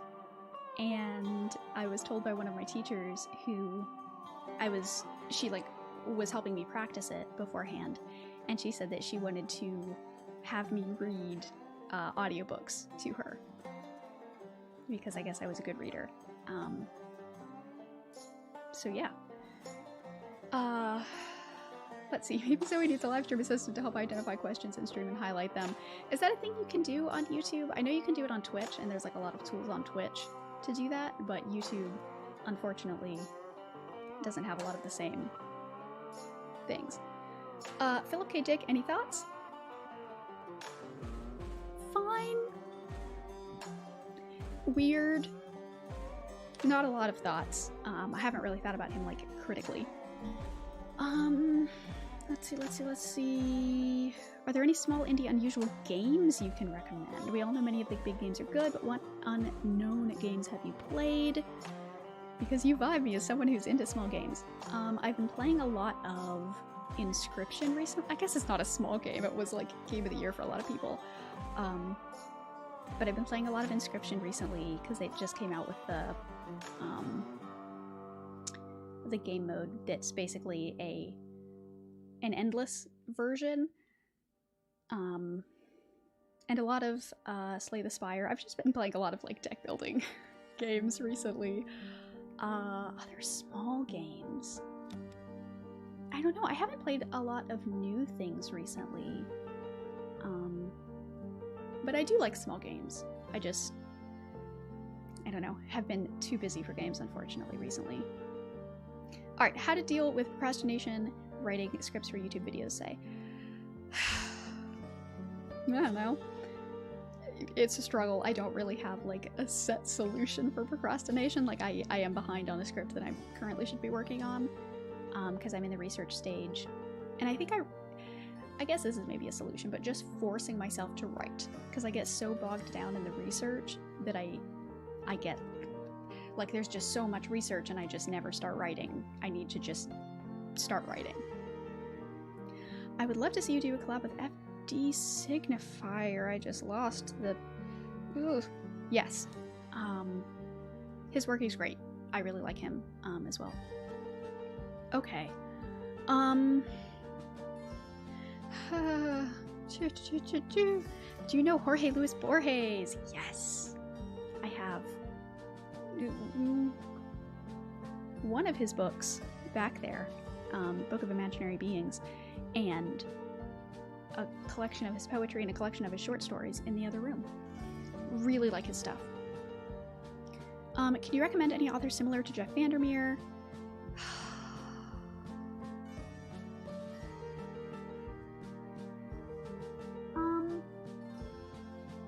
I probably could if you gave me a few minutes to like dig through the books that I have, but off the top of my head,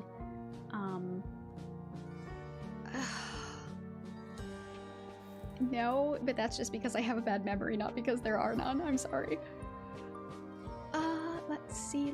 Let's see. Do you love being a teacher? I'm studying to be one. I did love being a teacher. It was a wonderful, wonderful job. Ah, goodbye, Silver Samaritan, 6 minutes ago. Or with Overly Sarcastic Productions. Ah, okay, so Overly Sarcastic Productions.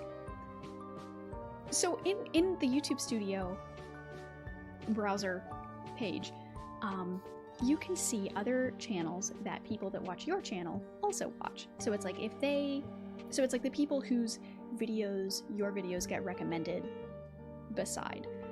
And Overly Sarcastic Productions is one of those channels for me. I have literally never watched any of their videos. I don't know anything about them or their content. I've heard of them. I know a lot of people like them. I just have never... I didn't know they existed until like 2 months ago. So I guess I'll have to check them out though, because clearly if you all watch my stuff, then you have impeccable taste. So, okay. What are your thoughts on Cormac McCarthy as an author? I mean, I've only read The Road, so I don't have a lot to work from. He seems fine. I like it. Let's see, I need that lesson on passive voice. So, I will tell you all because you're here. I think that I am pretty soon going to start doing some like little videos that are more about like English lesson type stuff. And it's short form content, A, because it's, you know, easy to make and I can film a lot at once. And because I think that that will work as a way to get new viewers, is with that, you know, content that is a little less like intimidating and a little less, you know, scary because it's big and about, you know, philosophical concepts. But, you know, I'm not going to stop doing the normal stuff. Like, it's just stuff that will fit in between the main videos and hopefully help bring more people in to the hive. Let's see. How do you feel about the octopus trench warfare that's currently going on in the waters off the coast of Australia? I didn't know that was a thing! I don't have any feelings about it except intrigue. Ah, Alan says they're a Lost reference. That is correct.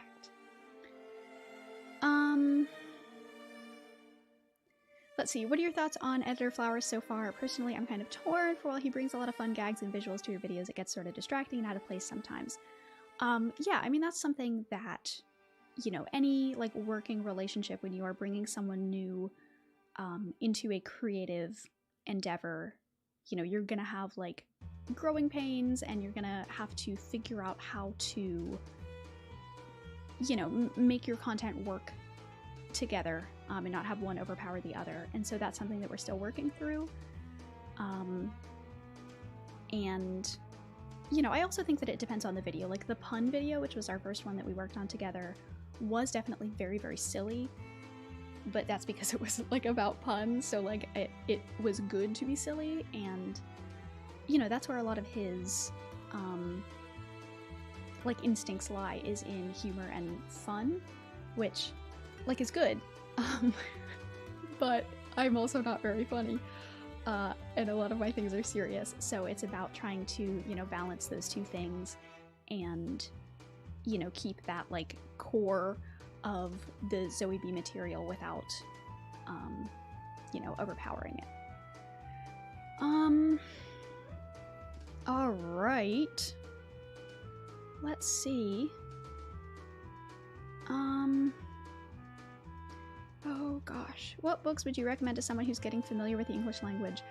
I am not the person to ask about that. I have not studied any English as a second language stuff.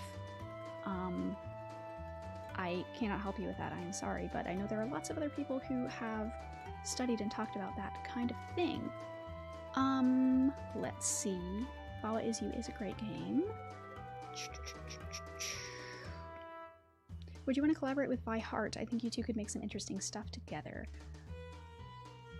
I know of Vi Hart, right? If she's the one I'm thinking of. Yeah, right? Is it Vi or V? It's just one of those days. I have not really watched. Oh, right, she's the like math person. Right. I mean, I'd love to. I like math. I actually really enjoy math. Tips for better diction for videos. I use scripts but always stumble on my words. Just do a lot of reading out loud. Just practice, practice, practice, practice, practice. The reason that I am good at talking, people say I'm good at talking. The reason that I'm good at it is because I spent a lot of my childhood talking to myself, because I didn't have a lot of friends and spent a lot of time by myself. So I talked to myself, and, you know, told stories to myself and stuff. So a lot of just talk a lot. Practice is all that it takes.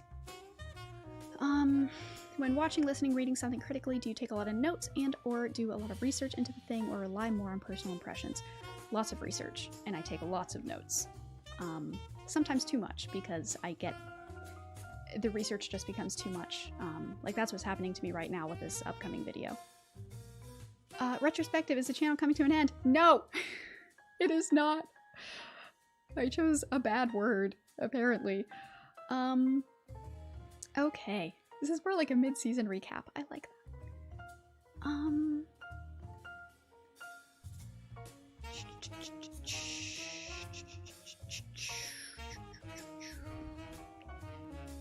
looking for... What's wrong with being big and scary? People are intimidated, and, you know, if you want to get new people, then, you know, give them the soft things. Are there authors or books that you think are overrated or should be taught differently? Oh.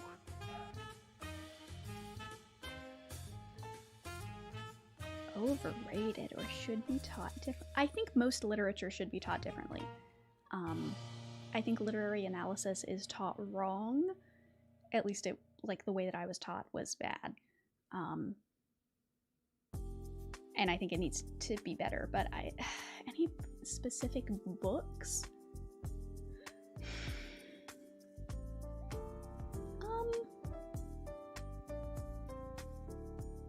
Not that I can think of,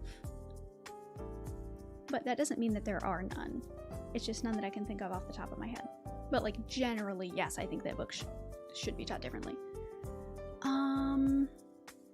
Hi Zoe, have you ever read The Moon by the Bonfire by Cesar Pavese? Pavese? Probably Pavese. If not, I would highly recommend it. It's one of my favorite books. Really, thank you, Zoe. Thank you for the recommendation. Do you have any thoughts on James Morrow? I don't know who that is.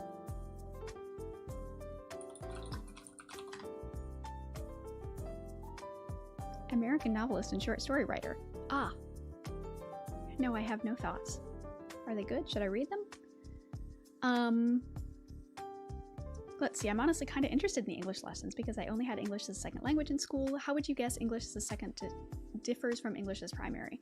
English as a second language focuses a lot on grammar, and which I think is its own issue, but and English generally, like, English as a primary language focuses more on, like, writing in a bigger scale. So, like, more sort of, like, high-level concepts rather than specific, like, technical utility things, which I think is not ideal. I think that English as a second language would benefit from doing things from a bigger picture perspective.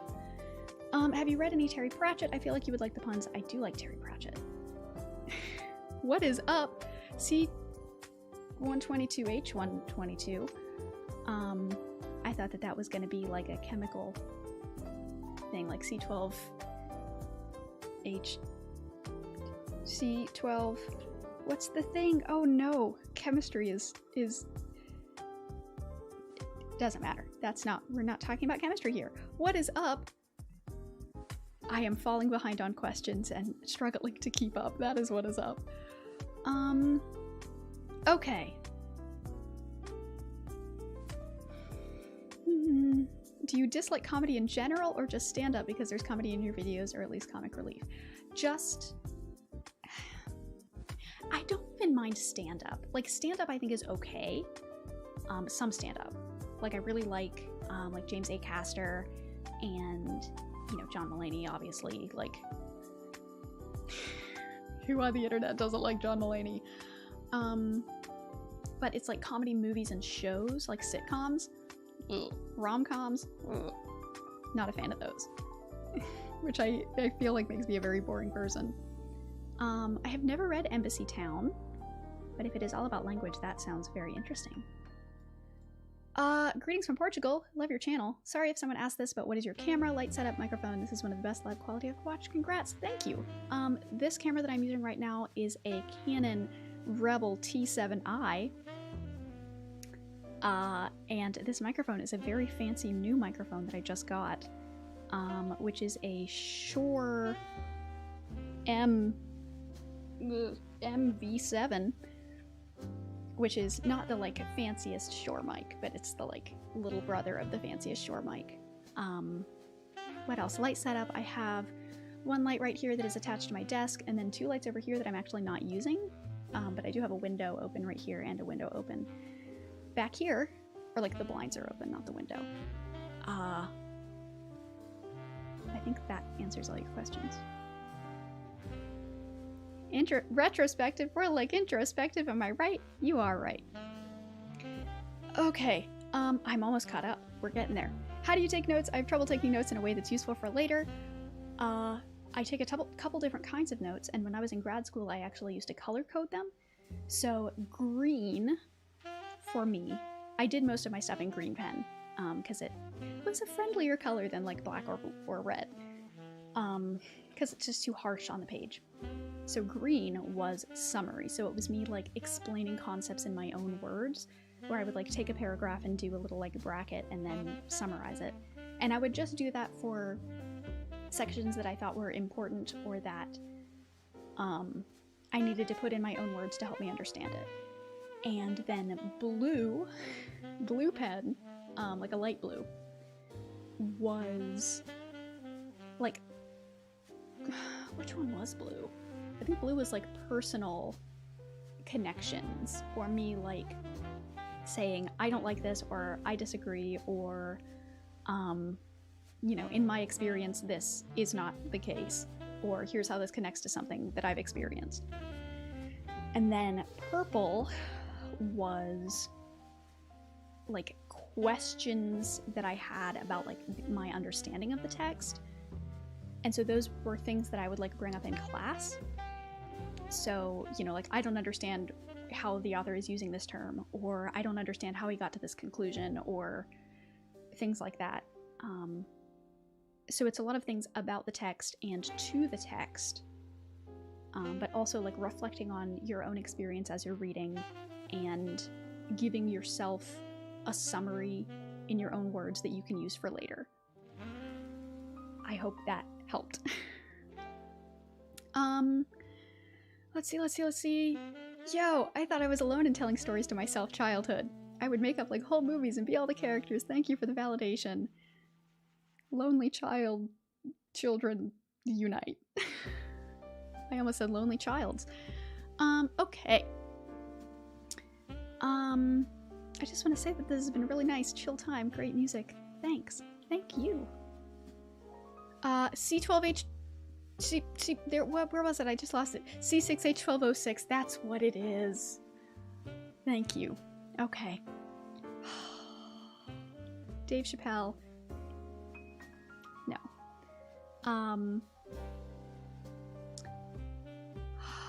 Okay, hey Zoe, do you play any video games? If so, a video game that I would recommend is a game called Triangle Strategy. So, Triangle Strategy is actually I wouldn't say spiritual successor, but it's made by the same people who made Octopath Traveler, and I loved Octopath Traveler. That game is so important to me. I haven't gotten around to playing Triangle Strategy, but I do like those kinds of, like tile-based strategy type games. Like I'm really into like the Fire Emblem series. Do you ever feel like you're looking directly into the empty heads of a bunch of LA writers when watching a comedy show? Yep.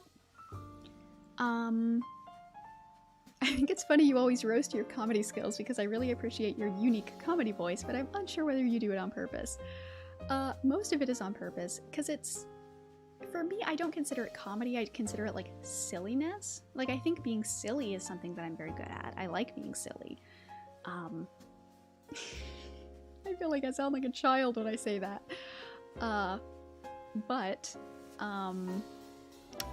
What was the question there? Oh, is this a question? I don't know. Yeah, okie doke. I have midterms tomorrow and I'm watching your video. This is your fault, Zoe. Yeah, sorry. How did you choose your couch friends? All the ones with tentacles. Oh, and also this little frog is because I was following somebody on Twitter and they were like, I made all these frogs on Etsy and nobody is buying them.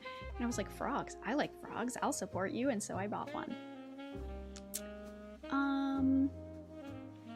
Hello, I don't really know what to say, but I like your videos. Thank you. What feedback type, like comments, tweets, YouTube stats, other, etc., gives you the most joy and motivation to continue doing this?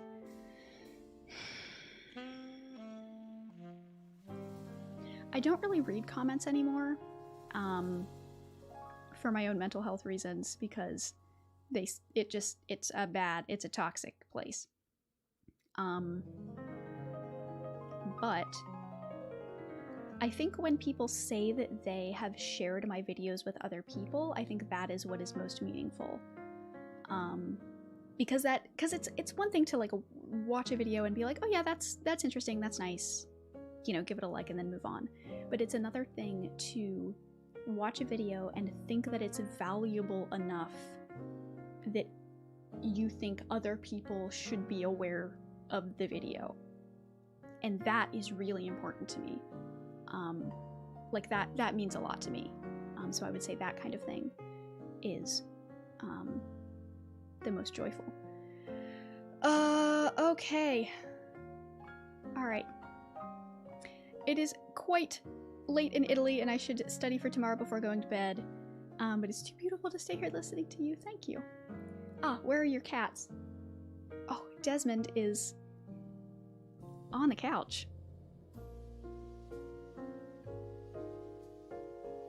Look at him, he's so good. Hi.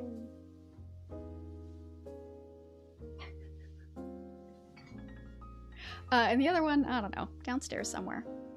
He's living his best life. Being silly isn't for children, it's fun and vibes, which you give off constantly. Is that good? I think that's good. Okay. What is the best video games that you've played in the past year? Best?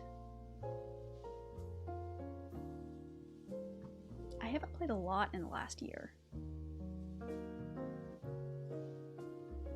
Let me see. Let me look at my games.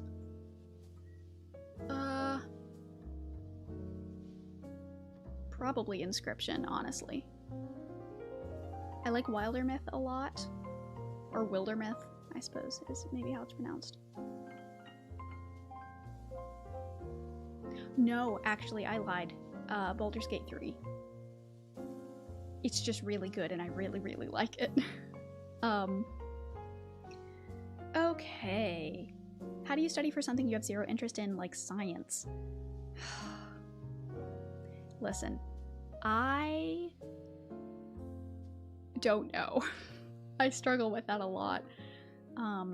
When I was in school, it was really just the, like, anxiety that, and, like, fear of failure that motivated me, which was not healthy, so I don't have an answer that is healthy, unfortunately. Okay. What kind of work did you do in grad school? Like, did you write papers / essays or what? Like for the classes in the graduate program, not like what I did for a job, is what I'm understanding that to mean. Yeah, it was mostly papers. It was also a lot of presentations or doing like teaching demonstrations. What else? Oh, and then my big like capstone project was, for me, an applied like actual like primary research project where essentially I used my classes that I was teaching that semester as like guinea pigs and experimented with a new style of teaching to see if it would work. So that was also a thing that I did, and then I analyzed the results, because we did like focus groups and interviews, and then I analyzed those transcripts, coded them. That was a whole thing, and that was fun. I actually really liked that. Hi, I'm a math PhD who's been trying to get into poetry as a creative outlet. Thanks for helping it feel more approachable. Your videos helped make it feel less arcane and inscrutable. I'm so glad that it helped. Thank you. Let's see. Now if someone asks, has a YouTuber ever acknowledged you? I can say, yep, Zoe B said we were lonely together. It's an honor, truly. Let's see. It is 1:30 a.m. in India and you're still watching? Go to sleep. I go to bed at like 9 o'clock, so I can't imagine staying up that late. I am impressed. Let's see. Oh, we're getting close. I'm almost caught up. Favorite alcoholic drink / cocktail? I don't drink very much, but when I do, I don't drink Dos Equis. I really like mojitos. I like them because they are like crisp and refreshing, and I really like the flavors, like the mint and the lime. I really like. Who is your favorite Octopath Traveler? I started with, oh, it's been a while since I played, so I don't remember the names. I started with the like cleric girl. But she was a little bit irritating because she always had the same, like her dialogue thing was always the same, and it's like, ugh.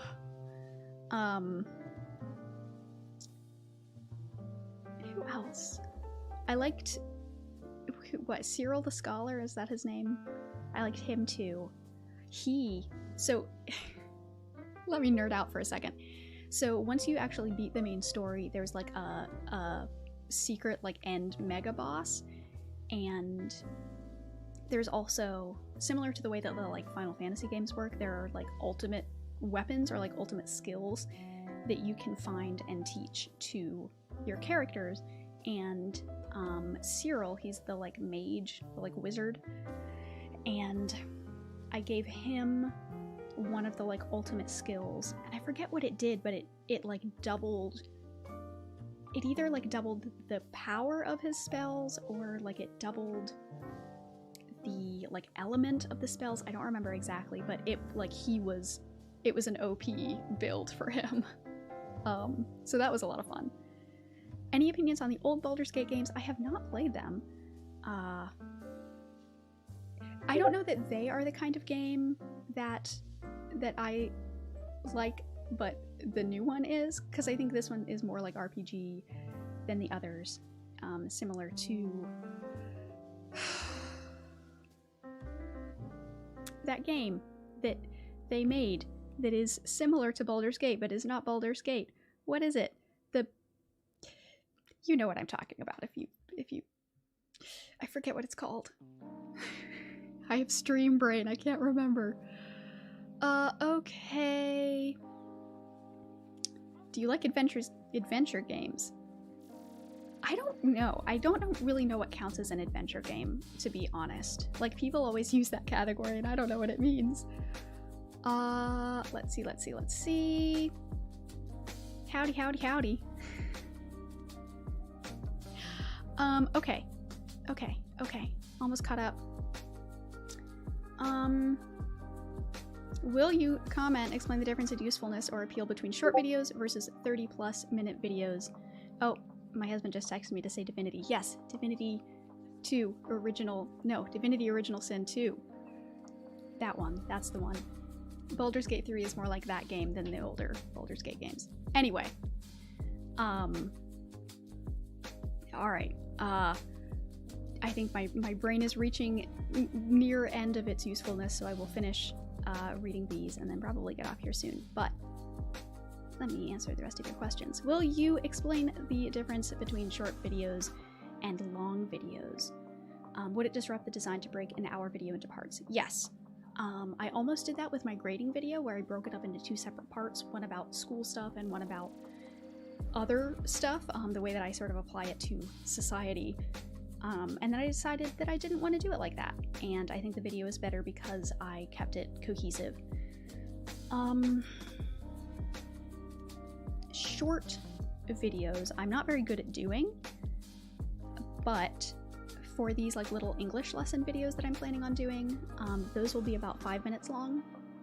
That's the goal, because it's really just like, hey, here is this one single concept covered, like, sort of, not like surface level, but like, here's a 5-minute explanation of this one, like, grammatical concept, or this one, you know, logical fallacy, or something like that. And those are good for bite-sized, like, if you're looking on YouTube, like, what is passive voice?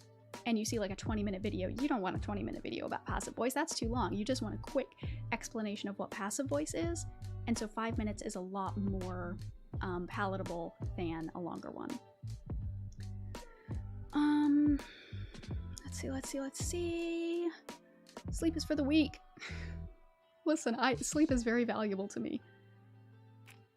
When trying new teaching methods for studies, do you need to inform or get consent from the students/families? Not families, because they were adults, because they were college students, but I did inform them, and like at the beginning of the semester, before the like drop period, so they could drop the course if they didn't want to be part of this, but nobody did. They were all like, okay, sure, let's do this. Cyrus, that's his name. Okay. Alright, getting close. Yeah, everybody responding Divinity Original Sin. Yeah, thank you.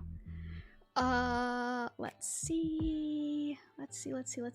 I am currently student teaching to become a secondary English teacher. Is the best way to further my knowledge and expertise in the discipline through graduate degrees, or do you recommend self-study? I think that if you want to continue studying, do it in a structured environment. I would say that grad school, if you can afford it, like if you can find a program that has, you know, financial aid or assistantship opportunities, I would say definitely do that. Did you ever play Nier Automata or Automata? I've heard it both ways. I have not. I'm not very good at those kinds of games. Let's see.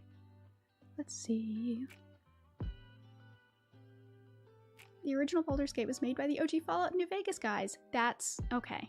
Maybe I'll have to give it a shot. Any advice to help someone grade their own poetry? If you don't have an English teacher on hand to help you improve, resources or rules of thumb? Ooh. I would say let's see. What would I say?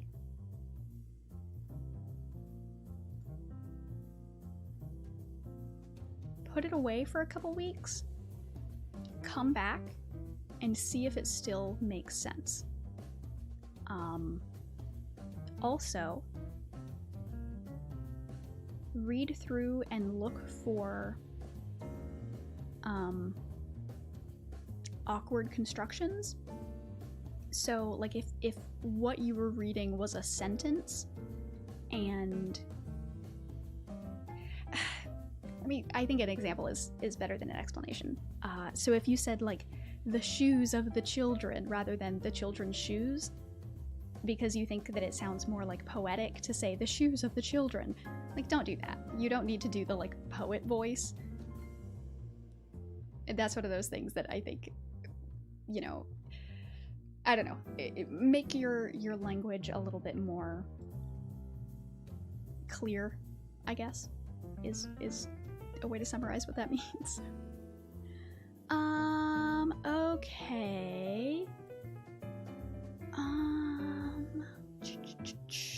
Quick, fill up the chat so Zoe is stuck here with us. What kind of eldritch beast is the profile image for the Discord group? So, that is actually what my Twitter profile picture used to be. And it is a demon from a painting from hundreds of years ago that I don't remember what it's called. It's by someone with a weird name.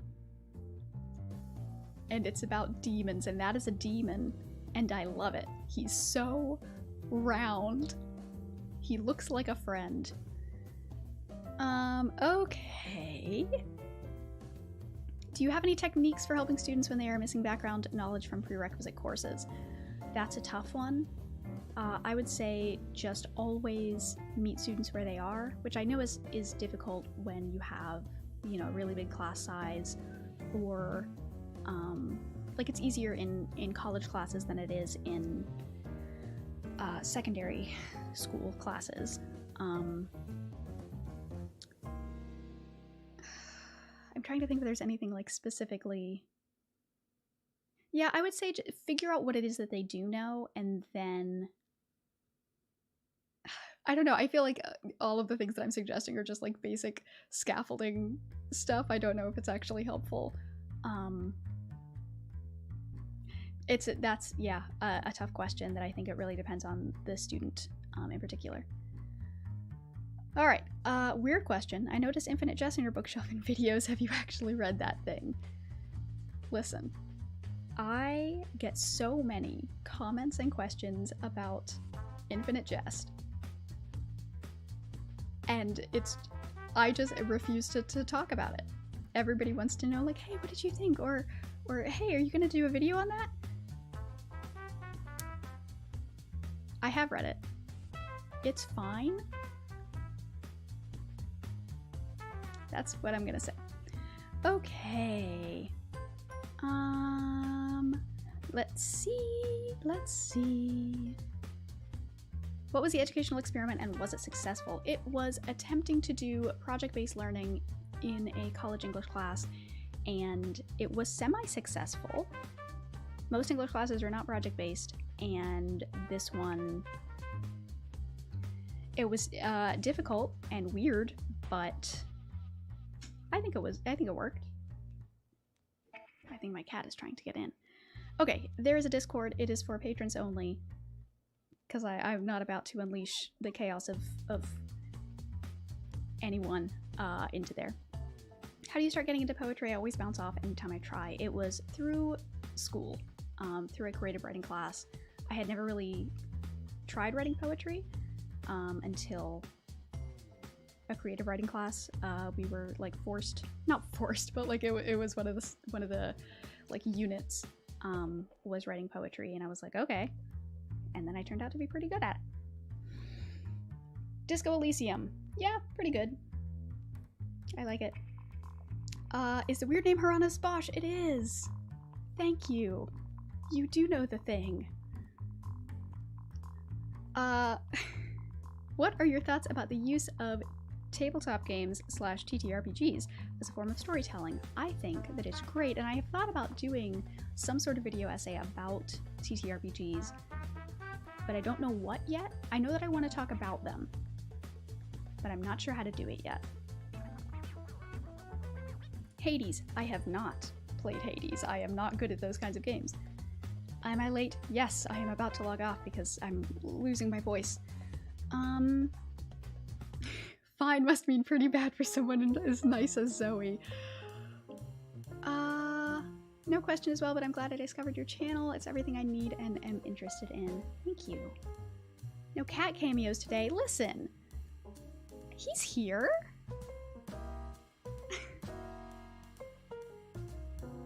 He's napping. Who am I to interrupt the boy nap? Pro wrestling, yeah or nay? I do not watch pro wrestling. It seems fun. Make this message the last. I will try. Thanks for doing this. Have a fantastic rest of your day. Thank you all for the kind wishes. I am going to go ahead and end here soon. Thank you all for coming. I hope that this was fun and enlightening. It is going to be edited down a little bit and turned into a real video. It's going to be squished a little bit. But it will be there. And the VOD will also be available in my live streams playlist. Let's see. Do I have anything else to plug? No, you're all here. You all know who I am. I don't need to plug anything. You like what I do, right? So thank you all for coming. I hope that you enjoyed it. And until next time, stay safe, stay warm, and I will see y'all again soon. I hope. Bye, folks.